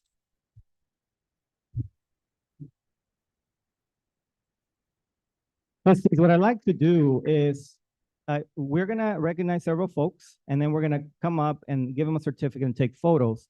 But before we go on to our next person to recognize, I do want to open the floor, if that's okay. Anybody, if you want to make comments, and then we'll go on to our next recognition.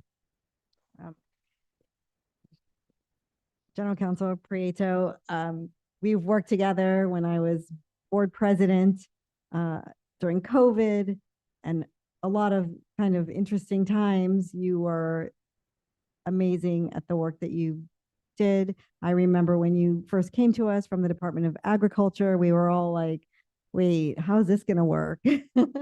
Why are we getting a general counsel who comes from the Department of Agriculture?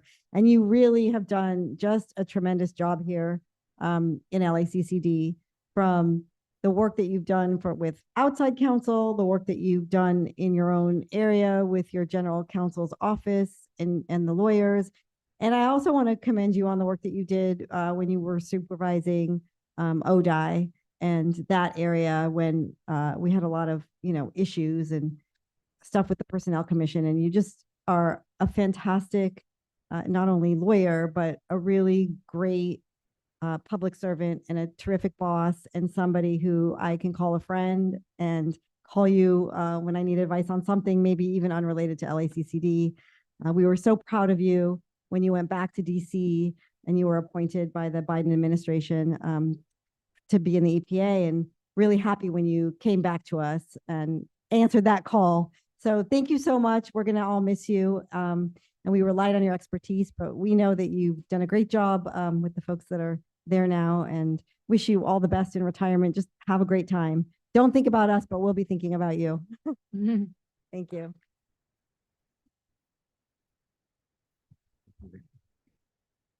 Yeah, Jeff, we're gonna miss you here. Like Andrew, when you first came here, I think lots of us were thinking, like, what is the Department of Ag? How do we connect this? And I remember speaking to myself and saying to myself, well, at least I know he got through congressional approval, right? And that's a pretty high standard. I think your ethics have been, top notch and very consistent. And while at times we've had to slow down and pace ourselves to understand the full extent of all the kinds of things we wish to endeavor in, the ethics that you came to the table with were always top notch and well appreciated. And in turbulent and crazy waters, to know that there's a North Star compass that guides us there and guides us through the trouble was always something we could be proud of. Certainly we don't get too many folks from here that think that we're back to the administration. And I guess the one, I don't know if there's any really great things to say about the current president, but the transition at least brought you back to us. And so, for your time here, it's certainly, again, very consistent and something to aspire to for future general counsels that come in this district. So you've really set a 5-year presence that's been absolutely profound and important. So thank you for your work. Thank you. Jeff, I haven't had the privilege of working with you as long as some of my other colleagues, but I just want to say I've been so impressed, and it's been just a learning experience for me about what it means to be a really, really high quality general counsel, managing lots of attorneys who have ideas about how to probably try a case, and a lot of trustees in a district that has a lot of ideas about how they want to do things. And you've just handled just your role as counsel with such grace, and I've just been so impressed, and I'm really, really sad to see you go. But I'm very happy that you're going to be able to enjoy your retirement with with your wife and with your family. So thank you so much for your service. Just briefly, President Hernandez, I just want to tell you, General Counsel Prieto, that, you know, as you know, we were together when I got appointed to the board. It was not easy.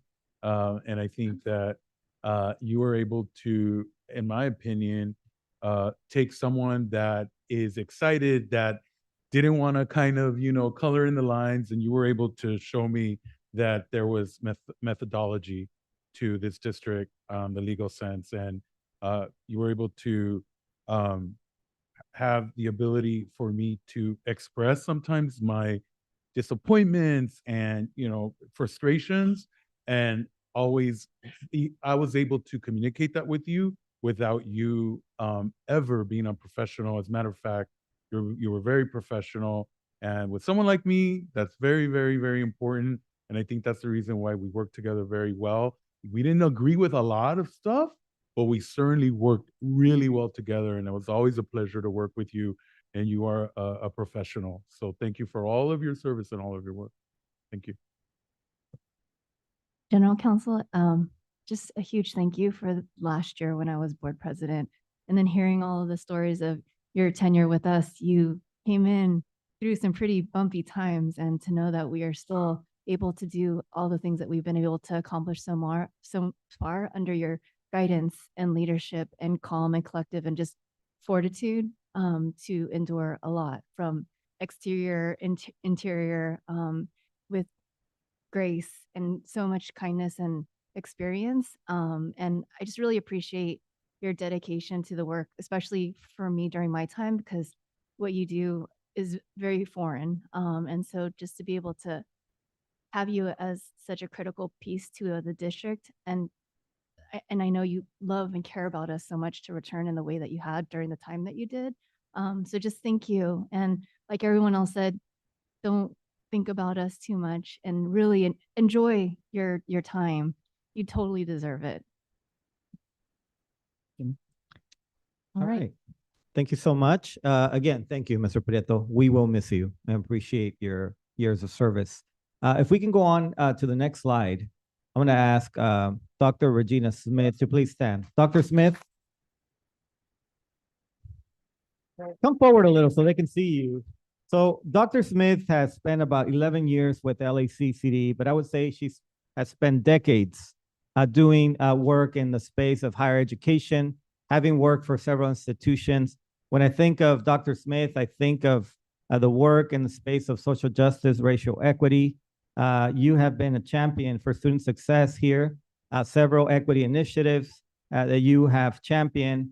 Your work has really helped us ensure that equity remains at the center of our conversations, our policies, our decision-making process. You know, I've served you over the years, and you have just been a powerful advocate for students whose voices have not always been heard historically. Your leadership has helped move this district forward and has strengthened our commitment to creating opportunities for all students. So I want to thank you for your dedicated service, the lasting impact that you have made here at LACCD, particularly with, again, underserved students. Please know that I do want to offer this as an unlimited pass to come back and join us for the Affinity celebrations that won't be the same without you. So I hope you will stay connected to us. Again, I appreciate your 11 years of service with the district and everything that you have done on behalf of our students. So thank you so much. So I'll open it again for any trustees who would like to make comments. Having worked so closely with Dr. Smith, especially when I was board president in 2024, just watching her, how genuine she is, how gracious she is. This will be a loss to our district, and for folks that are wondering how a lot of the programming that has come about in the past 4 to 5 years has come about and why we continue it, it's because of Dr. Regina Smith. And we'll most definitely feel the loss from having a champion for our students and for our programming. And I thank you so much for your heart and your energy. and your passion. And I thank you. Mm. I thank you and will truly personally miss you. Thank you. Thank Trustee Vella. And we'll go Trustee Vella and Trustee Vella. Thank you. Dr. Smith, I just wanted to say you, through all the affinity graduations, you truly treat everyone equal throughout the entire process. I've observed it. You encourage, you call folks, and you literally make this institution. And I know we say this of a lot of people sometimes when they retire and things like that, but to know that your work really brought people together, and it was you truly took policy of racial and equality, social justice, and you implemented it in a way that was very elegant. And I just wanted to acknowledge that elegance in the way you implemented it. Thank you. Thank you. Dr. Smith, I just really want to thank you. We were talking about the intersection. James McKeever talked about it between African American and the LGBTQI community. And I think when we first started working together, you were there and you understood it right away. You put our two ad hoc committees together. We were able to talk about how much in common these communities have. And you understood that in many academic, you also understood it from a social perspective and a social justice perspective. And so I really want to thank you for bringing all of that together, for organizing all of the events, for really bringing in a place of, again, we were talking about safety. And so, I saw that, and I really want to thank you. And I was able to meet your family, especially your mother. And, just I'm very, very grateful is the word. Thank you so much for all your service. Trustee, go ahead. Oh, Dr. Smith, I think this is a full circle moment for the two of us. We've known each other for, I think, 20 years, maybe close to 20 years now, from El Camino College. And I just want to wish you also, don't think about us, and enjoy your life moving forward with your beautiful mother. It's been great to reconnect in this capacity. And I wish you a lot of luck and just happiness and joy. Thank you. Okay, thank you so much, trustees. Going on to the next slide, and darn it, I regret it. Mari Pearl took a day off today. But I want to go on the record, and trustees, if you want something on the record for him, I'm going to ask you. Look, 33 years of an extraordinary career with LACCD. Of course, you know about his leadership and educational program, institutional effectiveness. He's helped in areas of planning, accountability, accreditation, student services initiatives throughout the many years they served. Again, over more than 3 decades, he's contributed significantly to the growth and evolution of the district. He's been just a steady leader who has continued to support our core educational programs and really has made a significant difference over the years. What I really liked is his research and data background. My goodness. I really enjoyed his presentations over the years, very thorough, very thoughtful. And of course, him and his team were the people we relied on constantly to ensure that we could have meaningful discussions at all of our committee meetings with the data he brought forward. So I want to just thank him again for his remarkable service and his commitment to the district, and best wishes on the next chapter of his life. So congratulations, Mari Pearl. Let me open it up for any comments. So I'm going to start this way, and then I'll go. Well, yes, Sure. Trustee Vettis, go ahead. Yeah, I know Maury's not here, but I absolutely agree with and echo everything Chancellor Rahman said. I've had a chance to chair the institutional effectiveness a few times during Maury's time in preparation. From the preparation of the meetings to the preparations of the presentation, he left no stone unturned. Very thorough and very deep, and always try to seek the truth and piles and piles of data for us to understand what can we do and what kind of public policy can we move forward. And so he's very honest with the process and very at times his truth was so sobering sometimes to listen to he did it with absolute care and concern for this place. And so it was appreciated when people seek and look through the data to find the truth that we can use to make things better. So Thank you. We'll miss him. Trustee Huff? Oh, yeah, I echo what Trustee Veras just said. Early on in my trusteeship, I too chaired IESS and got to know Maury Pearl. You know, Maury's just one of those guys that he's a great asset to any organization. Like, he's the employee that everybody wishes they had, honestly. He has integrity. He's happy all the time. He does what's asked of him and sometimes more. He's unflappable. His research is top notch. You could call him with any kind of crazy question and ask him to provide some data. And he was excited to do it.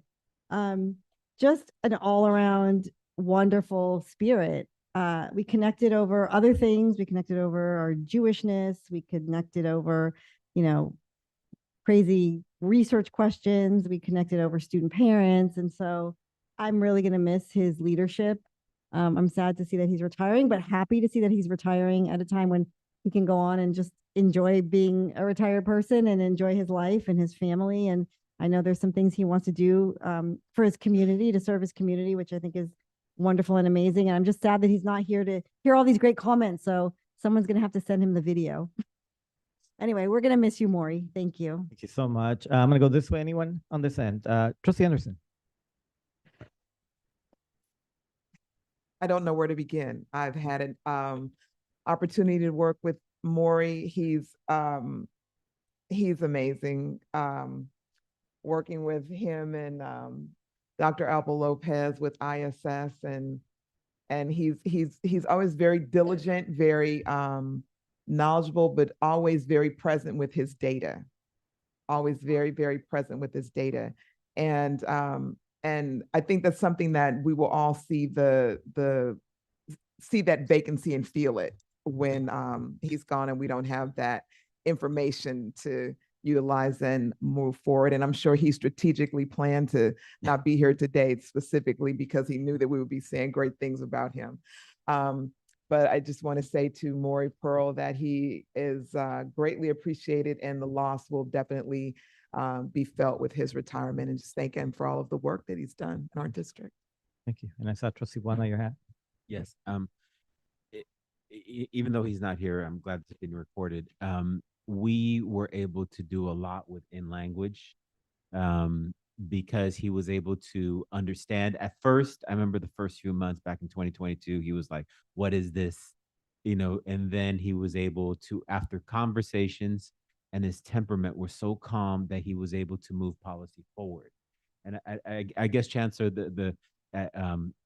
especially with Dr. Smith and with losing Maury,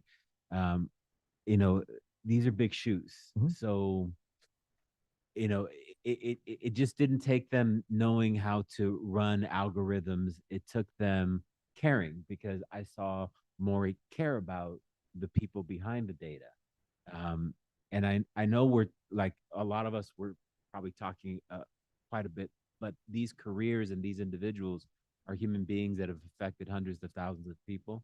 And it's worth us taking the extra time to acknowledge their value and the improvement that they've made to humanity. Thank you for that. Yes. I felt it important to spend a little more time today because of exactly what you said. So if you believe in foreshadowing, and this was completely coincidental, there's a person behind Maury that I want to talk about next. So if you can go to the next slide. Again, completely a coincidence, but Bexy Regalado, again, she couldn't be with us today. Look at that, 36 years of dedicated service to the district. That is a full career. Again, expertise and leadership, and the student information system. She was really very instrumental as we launched the SIA system that we have now, working with the team. Betsy is the SIS guru that we're losing. Again, helped launch the system. and much of the work that has occurred behind the scenes has been her leadership working with the team, absolutely essential to the success and the operation of a lot of our district and colleges operations. Just her professionalism, reliability. I know I could always go to Betsy and get an answer, commitment to excellence will leave a lasting mark rather on this institution, and we will continue to benefit from all of her leadership for years to come. So I want to, again, for the record, congratulate Betsy Regalado on her well-earned retirement. Thank you, Betsy. And we have two more after this. We're leaving two more, so I'm going to open it up for comments, quick comments, and we'll continue. Quick comment. VP Hoffman, yes. So I didn't know Betsy well, but I knew her work well. And I think one of her roles was working very closely when Ryan Corner was with us in onboarding and supporting the student trustee. So as you can see, we have our student trustee sandwiched right here. So that we can kind of step into that role as a board along with the chancellor, because I think she did a phenomenal job in working with our students always. And I know that she'll be missed in EPI, and I know that the quality of her work was always fantastic. And I don't think we saw her much because she's probably always in her office crunching numbers and working hard. So she will definitely be missed. Thank you so much. Yeah, behind the scenes for sure. Anybody else? Trustee Vettis? Well, I'll say this, every time we do any like major systems changes, I'm always crossing fingers here. But SIS, and that's where I got a chance to get to know Betsy and her work and trying to make sure that it all worked. And she was tremendous. And, beyond the stuff with the student trustee and all the behind the scenes, but, presentations and the stick-to-itiveness to make our system and our trend work was a real testament to her approach and her mannerisms and just to make sure that we're gonna get through any barrier and any bump and make sure that it works. And so I wanted to highlight that at least in terms of her past roles. Thank you so much, Trustee Vettis. And I saw one more hand, maybe Trustee Vela, Jose? Yeah, just wanted to really thank Betsy and also Maury, but Betsy really did again was very instrumental in the way that we navigated the relationships between the Board of Trustees and the student trustee, and also our student presidents at each college. And I thought that was really, really important. I remember when we had the COVID issue, I think she was instrumental in how we communicated that whole urgency issue with the students, in particular the student leadership at each campus. And I think she handled it with grace.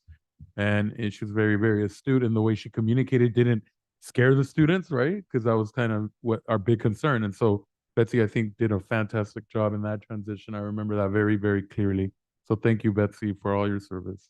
Thank you so much. Appreciate it again, trustees. And now I understand why Lupe didn't have the presentation. It was supposed to be a surprise. But can we go to the next slide, please? It all makes sense now. It all makes sense. Lupe, please stand. Please stand. Oh my goodness. First of all, congratulations on 35 years of service. You have been, I'm not going to call you an admin assistant. You have been the trustee's right-hand person, trusted professional, a source of continuity, of inspiration. You've supported so many trustees over the years, administrators, and countless board meetings. I don't know if you've kept the count, but I had to stop at some point because it's quite a few. You've done so much with such grace, professionalism, exceptional attention to detail. Over 3.5 decades, you have witnessed the evolution of this district. You have been a steady presence through periods of growth, of change, of transformation. Your knowledge, your sound judgment, your unwavering commitment to excellence have made you such an invaluable resource to the board members, to our colleagues, to the district alike. And you have just been that trusted employee that we can all count on. And I would say beyond your responsibilities, you have built meaningful relationships, I know, across the district, and I've always approached your work with kindness, with patience, with a genuine commitment to helping others succeed. So your professionalism, your dedication has really helped ensure that the work of the board was carried out with integrity, with efficiency, and with care. Thank you so much for so many years of service, for the countless contributions you made to the district, and for the legacy that you're going to be leaving behind. We wish you a well-deserved retirement filled with happiness, good health, and of course, new adventures. Congratulations, Lupe. I will open up to the board. Anyone would like to make comments? Okay, Trustee Henderson, Trustee Juan, and Trustee Eno. Well, again, words cannot describe how gracious and generous and just everything Lupe has been to the Board of Trustees, and I will speak for myself as a trustee, just helpful, just always going over and above to just be helpful. And, you know, too often we just look at our staff and just say that's their job. It is their job, but she does it with a lot of grace and care and concern. And she gives it 127%. And Lupe, I love you and I will miss you. I miss you already. And I'm so grateful to you because my time on the board, you have made it so much easier to want to be here. So I appreciate you. Okay, thank you. Trustee Juana? Thank you very much. Lupe, just thank you very much.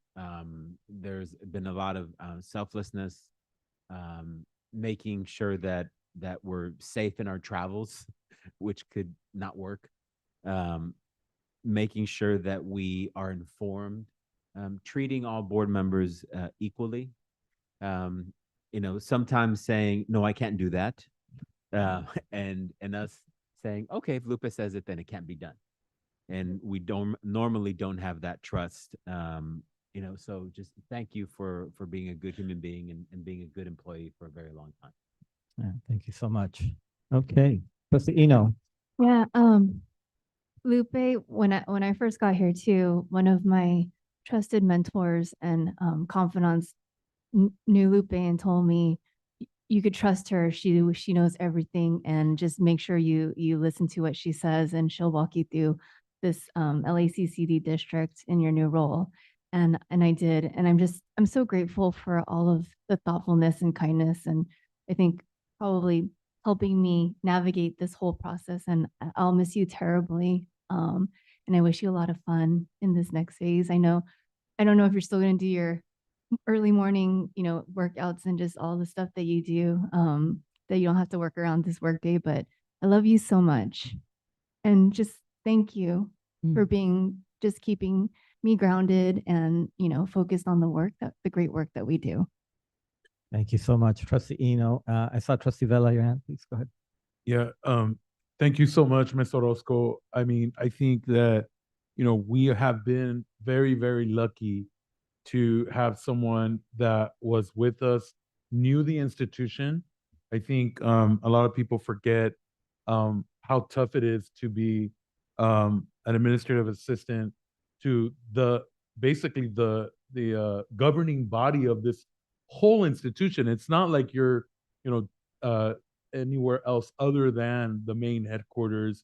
And that can be, I think, very, very tough. The way you handle stress is commendable, because I know that a lot of times you've had to talk me out of the ledge, right?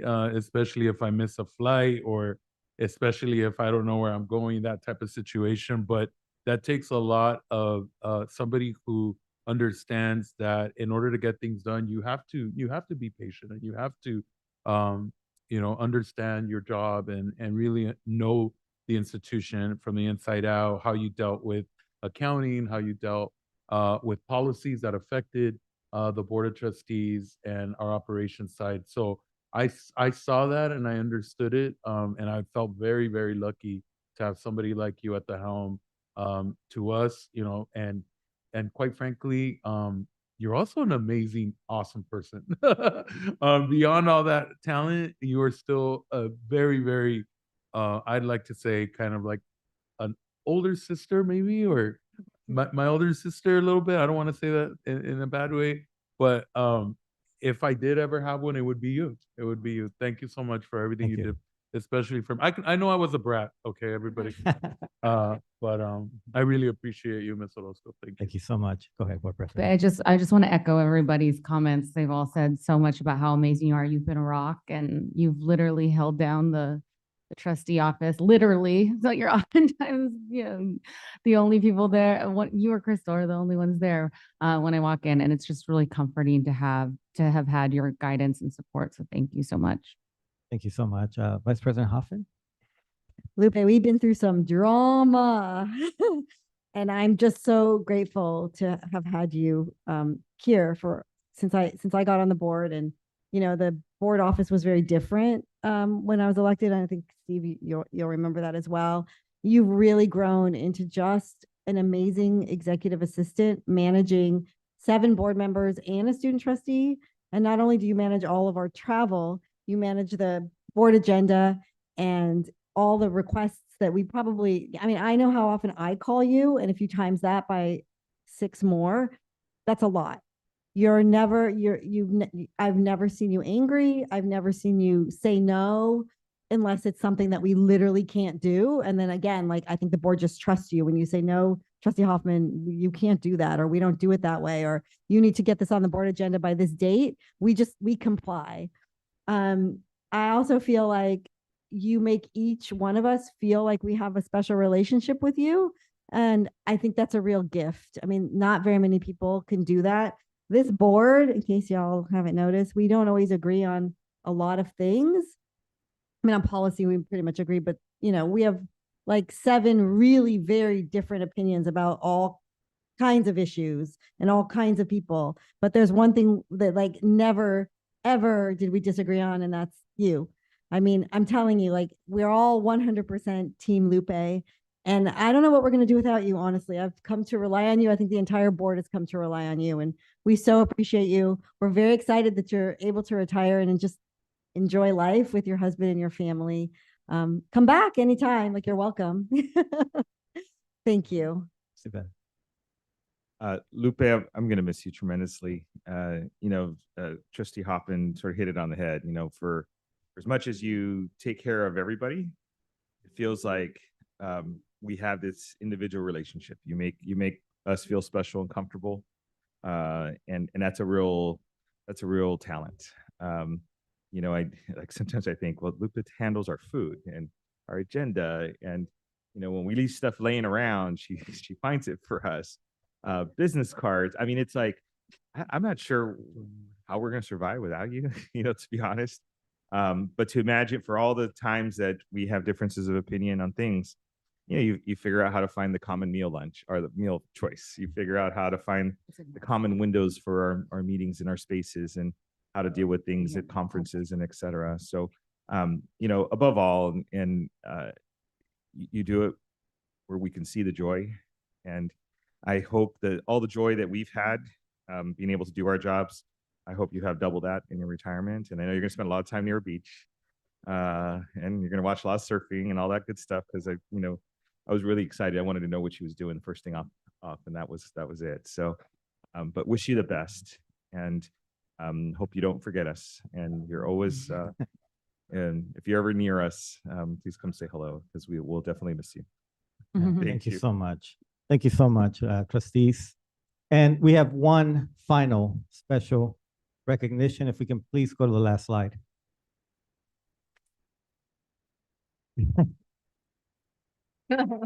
Vice Chancellor Jeanette Gordon, can you please stand? Do us all a favor. Do it for us. Come on. Do it for us, or we're going to bring food in here. We can still rescind your retirement, by the way. Trustees, it is very difficult to summarize 56 years of service in just a few minutes. Today, we recognize not only a leader, but a true institution within LACCD. Jeanette Gordon's career spans more than 5 decades of extraordinary service, dedication, of leadership. For 56 years, she's devoted her professional life to advancing the mission of the district and to serving the students and communities of Los Angeles County.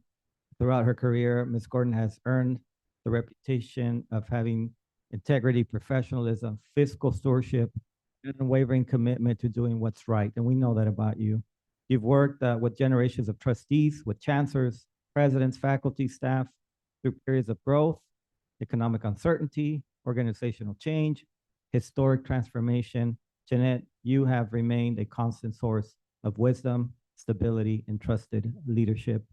Vice Chancellor Gordon, Chief Financial Officer, you've been the guardian of the district's financial health and one of the most respected fiscal leaders in the state of California and the community college system. Your work has ensured that resources were managed responsibly. We know that. Taxpayer dollars were protected and investments remain focused on student success. What makes, I think, Jeanette's legacy particularly remarkable is that her contributions extend beyond beyond budgets and fiscal reports. She has mentored countless employees that have worked for her over the years, supported emerging leaders like me. I was a baby when I got here, and Jeanette was really someone that I relied on heavily to support me and help me. But you've exemplified what it means to serve with humility and with purpose. Many of us have benefited from your counsel, your institutional knowledge, and your willingness to share your expertise. Jeanette represents the very best of public service. Her career reminds us that leadership is not measured only by titles or accomplishments, but really by the positive impact that they have on our lives and others. The district, we know today is stronger because of you.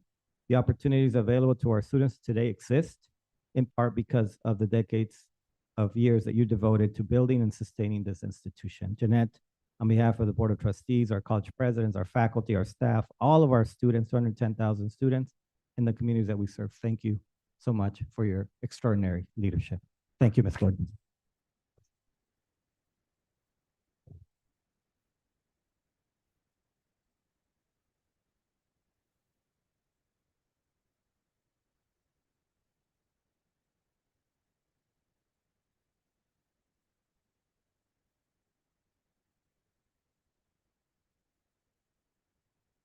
I would now open it up to the board for any comments.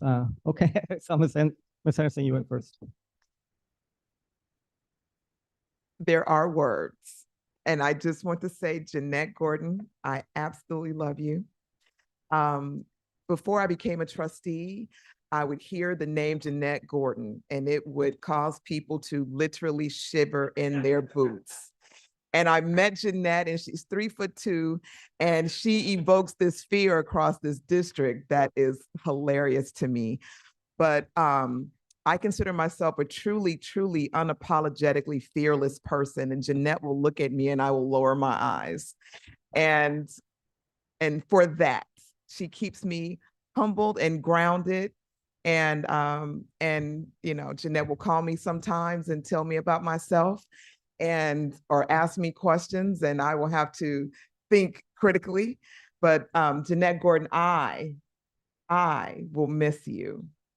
I will truly miss you. You have been, you are a legend, and your humility gets on my nerves, but I love you. I think you are tremendous, and I hope and pray that the day that I leave this district, that the level of respect and regard for me will be a fraction of what I feel for you, and I know that others feel for you, because you are not just a tremendous person, but you have truly been an asset to this district and all that we are and strive to be. And I thank you so much for your service to this district, but for the person and the woman that you are.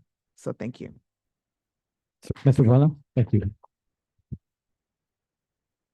Ms. Gordon, I've asked so many difficult questions and you through so many difficult financial periods, and you've answered them all in a very humble way. And thank you very much. And every time you've told us not to have any food up here or anything, we have paid attention to you more than I think we would pay attention to absolutely anyone. And thank you for being that steady person for so many years. Thank you. Thank you so much. Lucino? Vice Chancellor Gordon, just a huge thank you for keeping us so successful for 5 decades to where we are today. I know the Chancellor used the word legacy a lot, and you really are. Your legacy will live on forever. And so thank you for your tireless work, your check-ins with me, your side eye. I appreciate that too. I need that. and then I think too, I look to you when I'm hearing things to see what the compass is, right? And I really will miss you as well. And I hope you enjoy the next steps of whatever you decide to do. I'm excited for you and just thank you so much for everything you've done and your care. Thank you so much. Trustee Vela. Thank you. Thank you, Ms. Gordon, for, your financial prowess and, as chair of the Public Affairs Committee, I know how hard you work, in particular with Trustee Hoffman as chair of budget in order for us to move the district forward. But I know also that you were very open-minded and understood when I first requested us create LGBTQIA centers. And I know you worked hard to find those dollars in the initial stage. I know for a fact that when Southwest was in tough times, you were understanding, and between you and Trustee Hoffman, you guys created a program that uplifted that college instead of reprimanding it. I know that you would have definitely probably wanted to show them a lesson, but the fact that you care about education. I'm sorry, what's going on here? Okay, I have an iWatch. I'm sorry. But I know that you worked really hard, Ms. Gordon. So thank you for everything you've done for this district. I appreciate you wholly. Thank you. Hernandez.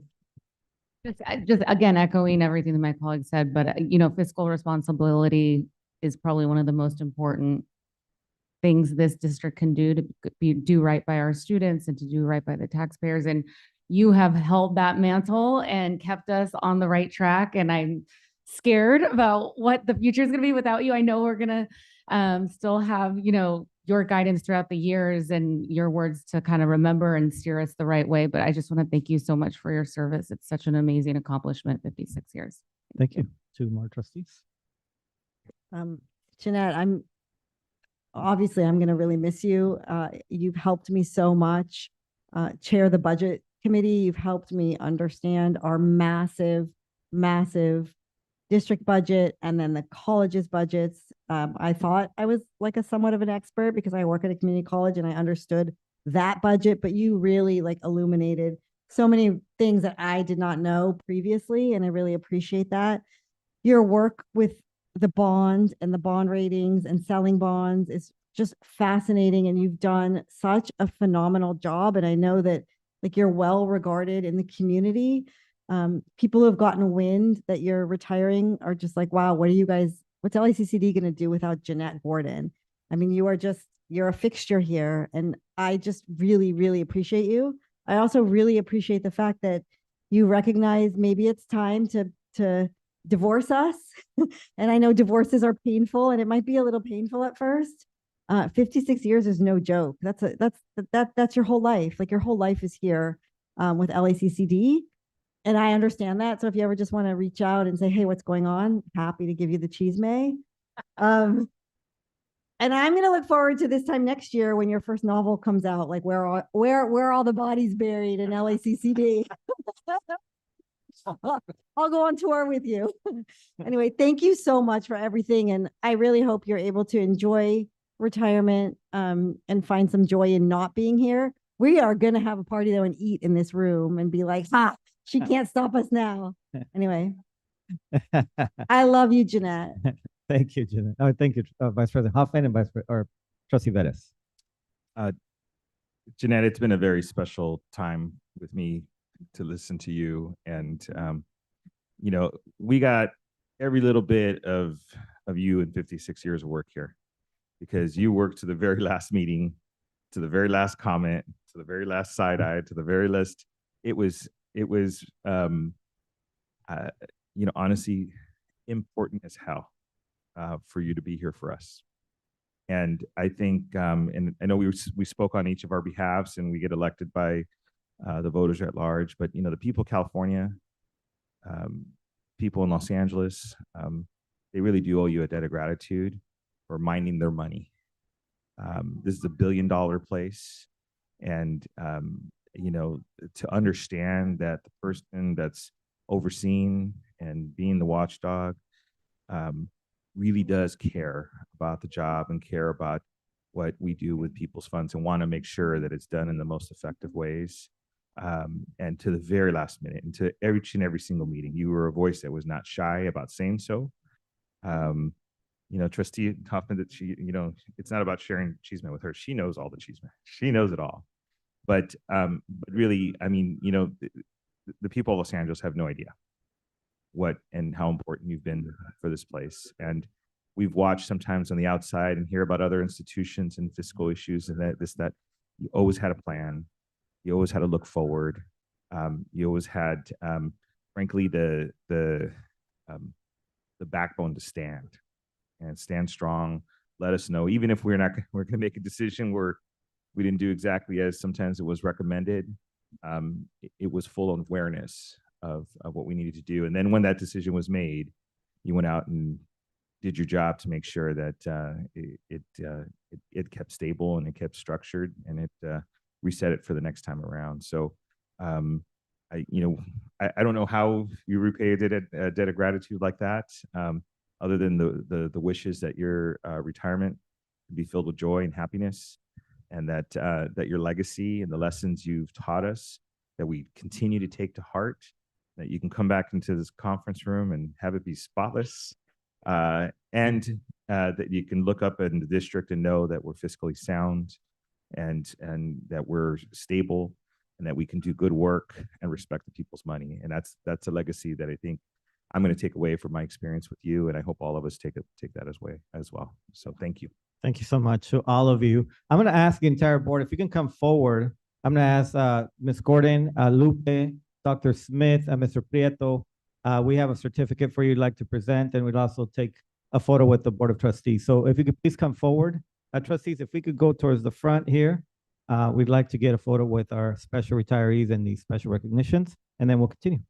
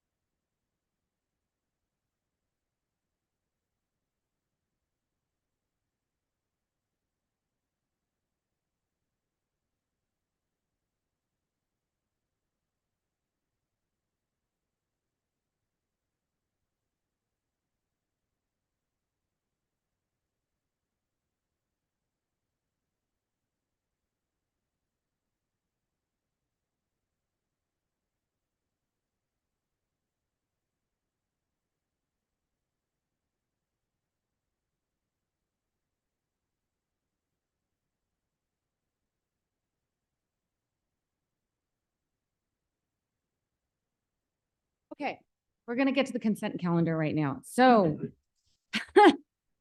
we now have for our review, the combined consent calendar for items J1 through J93. These items include consent calendars for Human Resources, Personnel Commission, Academic Affairs and Student Services, Budget and Finance, Business and Facilities. May I have a motion and a second to adopt the combined consent calendar for items J1 and J93? Anyone? So second. Moved by Trustee Henderson, second by Trustee Veras. Are there any items which require additional information? Okay, seeing none, roll call, please. Student Trustee Campos advisory vote. Yes. Trustee Bona. Yes. Trustee Henderson. Yes. Trustee Hernandez, Yes. trustee Hoffman, Yes. trustee Eno, Yes. trustee Vella, trustee Vettis. Thank you. Yes. Great. Yeah. For the remaining items on the board agenda, there are no disclosures. Madam President, thank you. And next we have for our review business items K1 through K18. Can I have a motion and a second to adopt business items K1 through K18? So moved. Okay, moved by trustee Eno. Seconded Second. by trustee Henderson. Are there any items which require additional information? Okay, may I have roll call, please? Student trustee Yes. trustee Walner, Yes. trustee Henderson, Yes. trustee Hernandez. Yes. Trustee Hoffman, Yes. trustee Eno, Yes. trustee Vella, trustee Vettis. Thank you. Okay. We're gonna go on to notice reports and informatives. We're already Did I not do that? Okay, I thought I missed something. Next, we have for our review, facilities items L1 through L10. Can I get a motion and a second to adopt facilities items L1 through L10? So moved. Moved by trustee Eno, Second. seconded by trustee Henderson. Any items which require additional information? Okay, seeing none. Roll call, please. Student trustee Campos advisory vote, Yes. trustee Walner. Yes. Trustee Henderson, Yes. trustee Hernandez. Yes. Trustee Hoffman, Yes. trustee Eno, Yes. trustee Vella, Yes. trustee Vettis. Yes. Thank you. Okay. Going on to notices and reports and informatives. Board members, there's no actions required at this time. In terms of announcements and indications of future proposed actions, would any of my colleagues like to make any announcements or indicate future proposed actions?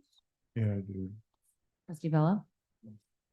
Yeah, I just want to remind everyone that the district is participating in both regional pride parades. One is the West Hollywood Pride Parade this Sunday, which I really want to thank one of our tenured professors, faculty who is here, Natalie Guerrero. Yeah, Nat is doing a great job. And also we are participating in the Sunday, May 14th parade as well. Yeah, it's a lot, but we're really happy that the district will be presenting. And by the way, just FYI, it's welcome to everyone, the parade portion. So if anybody from the district wants to come, we usually have a flatbread. I'm hungry. Flatbed truck. And we are, but this year we're changing it up. We're actually going to do a nicer kind of half bus, half van thing where we can sit down. So just great stuff all around and good vibes. And thank you again to my colleagues on the board for it. Yes, sir. Oh, yes, I apologize. And then this Friday actually is the Lavender graduation at Trade Tech College. So thank you to Trade Tech for hosting. And yeah, thanks for the reminder. Appreciate all of it. Thanks. Great. Any other announcements? I just want to say a huge thank you to Dean Tom Mura as well as Professor Lai, who was also here getting her tenure for the APITA commencement that was on Saturday and the summit that we had.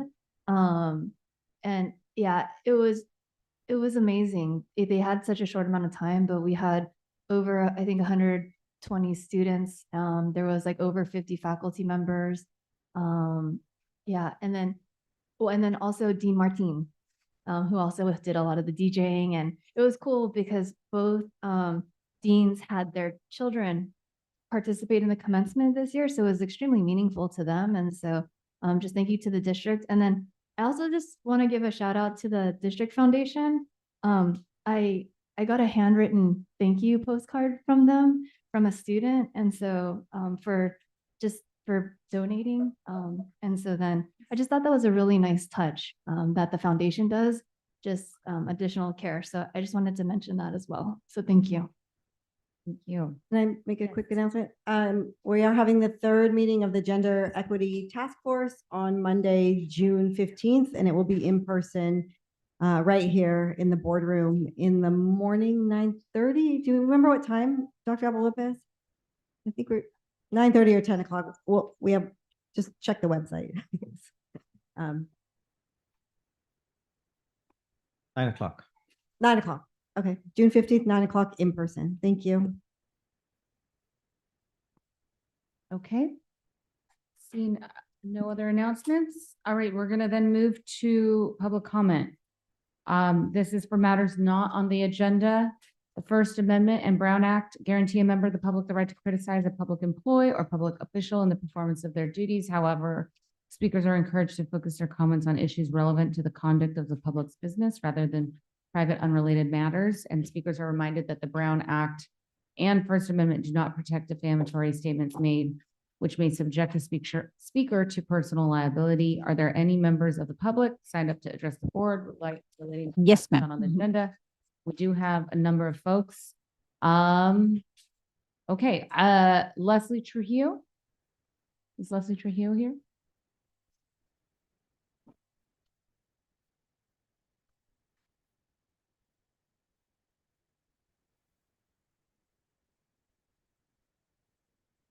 It's tricky. It's a maze.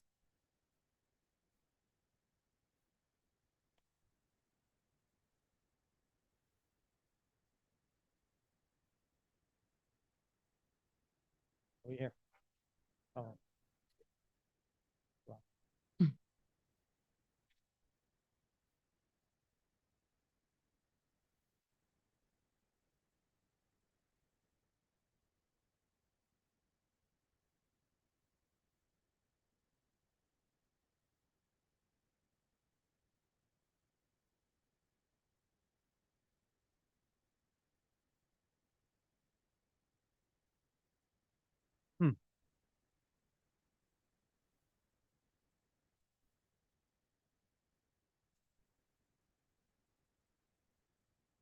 All right.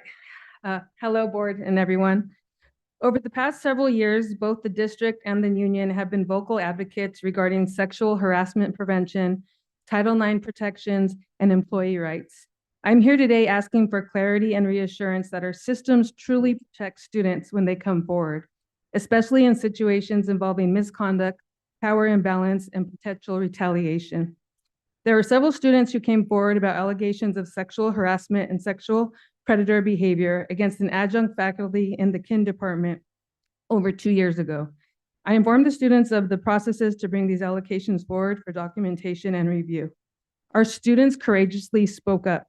Several students did not want to share the details of each incident due to distrust in the system and fear of retaliation. I followed the established protocols in the reporting. Harbor College admin put the individual on paid administrative leave so the union and district can do their investigation. After a 2-year process, the admin made the decision to formally dismiss the individual based on findings related to ed code violations. The faculty member was given the opportunity to respond and did not present anything to contradict the violations. During this time, the students were receiving threats. I did not have access to additional info or protocols. I told the students I was sorry they were receiving threats. I confirmed with our sheriff's department on what we could legally do. All I could do was advise them to not travel alone to certain events, to document anything if there was contact, and if necessary, to file a police complaint. I felt helpless. After the information was handed on to the union and the district, I was no longer involved and to this day unaware of the findings of the investigation, other than there being enough info for an admin to dismiss the faculty member from our college. Even our students have not heard anything back from the district Title IX office. The district needs to strengthen the communication and support for complainants so they are informed of resolutions and do not feel forgotten. A fair process should protect everyone involved, including those who had the courage to speak up. I am grateful for our union's commitment to advocating for faculty rights and safe learning conditions. However, I cannot support the decision to defend a faculty member who misused their position of authority in ways that harm students and contributed to an unsafe learning environment. I struggle to understand why this grievance was supported and advanced again by the union. I've been told it is one of many grievances currently pending at the district level due to backlog, but my concern is larger than the backlog itself. This case should never have been placed back on the table after the findings of the investigation and the resulting action taken by the admin. That was a deliberate choice made by the union, and it is one I do not support. It raises serious questions about our processes and accountability. Prioritizing one faculty member over the rights of our students and others who are trying to help is unnerving. It brings to question the values of our own union when process is acting as a shield for members who violate codes of conduct. If we truly stand beside the district's mission, then we must be willing to examine these systems more deeply and ask whether they are protecting the right people. Thank you. Okay, thank you for that. The next up, we have Lisa Fierro.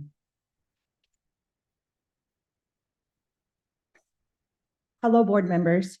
My name is Lisa Fierro, and I have been with Harbor for the past 2 years as a female facilities assistant. I stand before you today not as someone opposed to unions, but as a union member asking for accountability within our own institutions. Union members should absolutely receive representation and due process. However, representation cannot become protection from accountability. There is a difference between ensuring fairness in an investigation and defending behavior that violates professional ethics, Title IX standards, or California Education Code. When people come forward in good faith to report misconduct, they should not feel abandoned by the very systems meant to protect them. They should not face retaliation, intimidation, or silence. What message are we sending to students if they risk everything to report misconduct only to feel unsupported afterward? We ask students to trust the process. That means the process must also demonstrate courage, transparency, and accountability. If we truly believe student safety comes first, then our policies, unions, administrations, and governing boards must reflect that belief, not only in words, but also in action. Accountability must begin with our own organizations if we expect the public and our students to trust us. I am here asking for clarity, accountability, and reassurance that our systems truly protect students and other faculty or staff members when they come forward, especially in situations involving misconduct, power imbalance, and potential retaliation. This issue is larger than one individual case. It is about whether students truly believe they will be protected when they speak up. It is about whether faculty who support students can trust the institution will stand beside them. And it is about whether policies are being applied in a way that prioritizes safety alongside due process. We have a duty to take corrective action when we verify misconduct.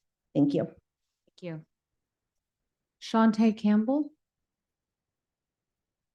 Hello, board members. My name is Shanae Campbell. I am a former graduate of Harbor College, and I have been an adjunct in the kinesiology department for the past 6 years.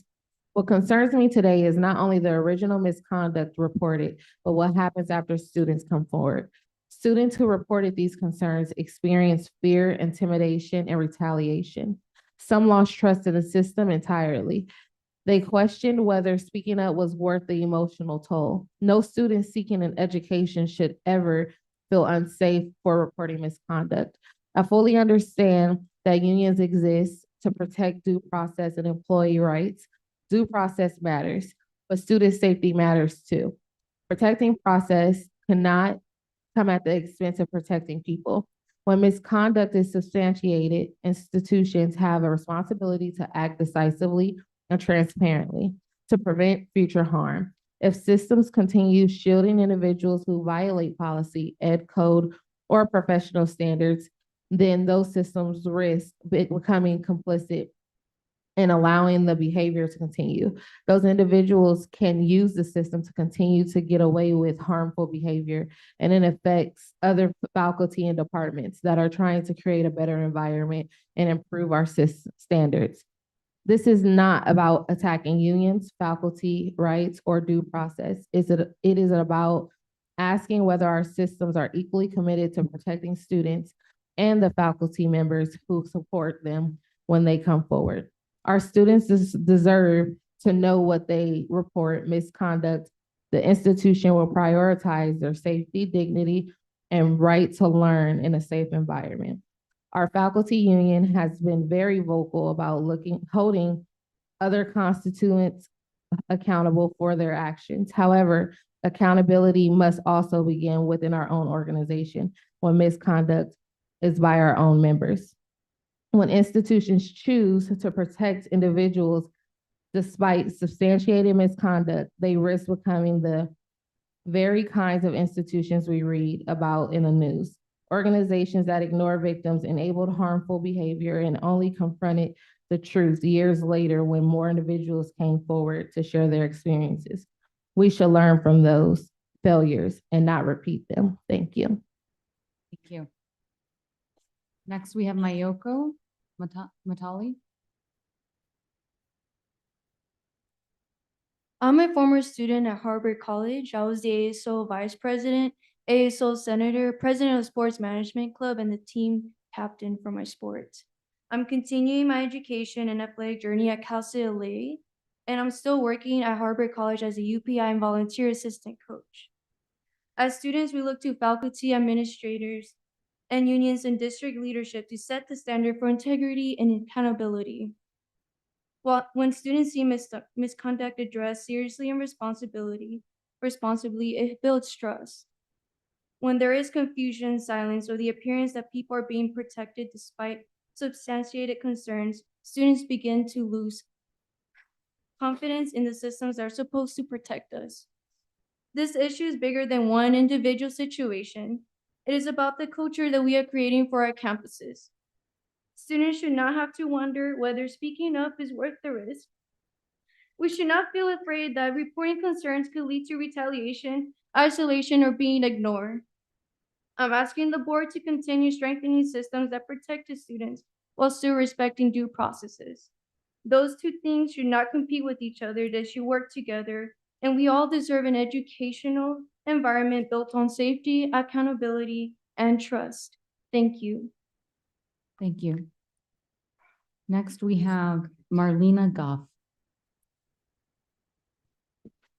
Hello, board members. My name is Marlena Goff, and I am a current student at Harvard College pursuing a career in the medical field.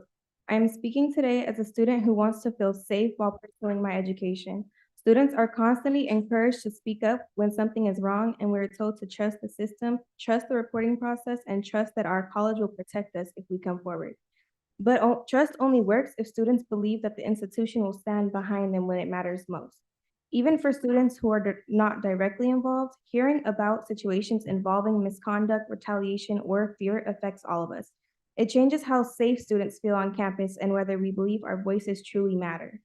I understand that faculty members have rights and deserve due process, but students also deserve protection, respect, and reassurance that their safety is prioritized through the process as well. I am asking that the district, the board, and the faculty union to remember that students are also a part of this community. We want to know that our well-being matters just as much as this procedure. A safe learning environment should never feel optional. Thank you. Thank you very much. Next, we have Leah Bergenio. Hello, board members. I'm a student at Harvard College and I'm graduating and transferring this semester. I came here today because I care about the safety and well-being of students at our colleges. Even as someone who wasn't personally involved in these situations, hearing about students experiencing fear, intimidation, or uncertainty after reporting misconduct is deeply concerning. I respect that faculty members have rights and that processes must be followed fairly. But I also believe students deserve the same level of care, protection, and support throughout those processes. Students should feel protected when they come to school. We should feel comfortable for asking for help. And we should believe that adults and institutions around us will do the right thing when concerns are raised. I hope this board continues working toward a culture where students know their voices matter and where safety is treated as a shared responsibility by the district administration and faculty unions alike. Thank you for your time. Thank you. Next, we have Sarah Rubio. She's not on. She's not on. Is she online? Is she online? No, she's not. We're looking for her. Okay. She could raise her hand.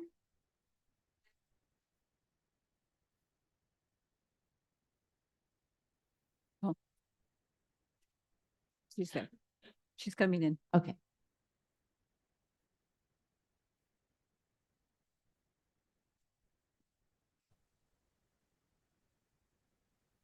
Good afternoon, everyone. Can you hear me?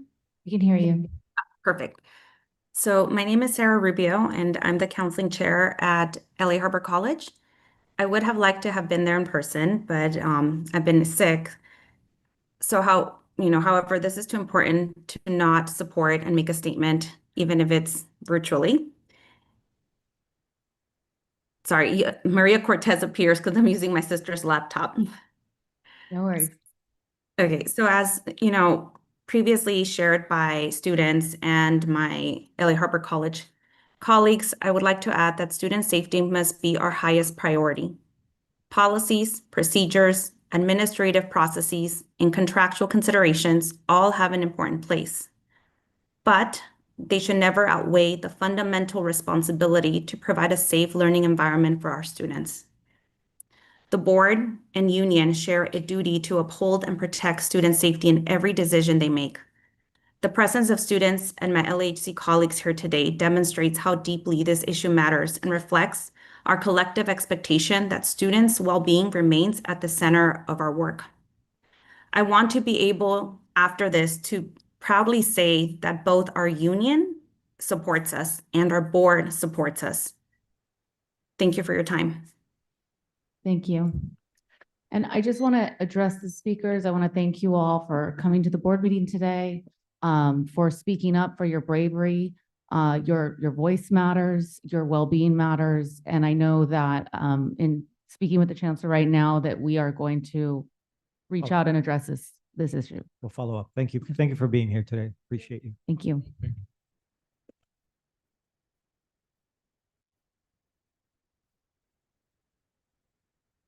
Okay.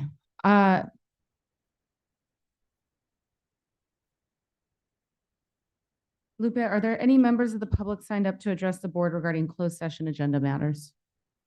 No. No, ma'am. Okay. Seeing none, the board will now recess to closed session in accordance with the Ralph M. Brown Act, Government Code Section 54950, and the Education Code to discuss the matters on the closed session agenda pursuant to Government Code Section 54954.5.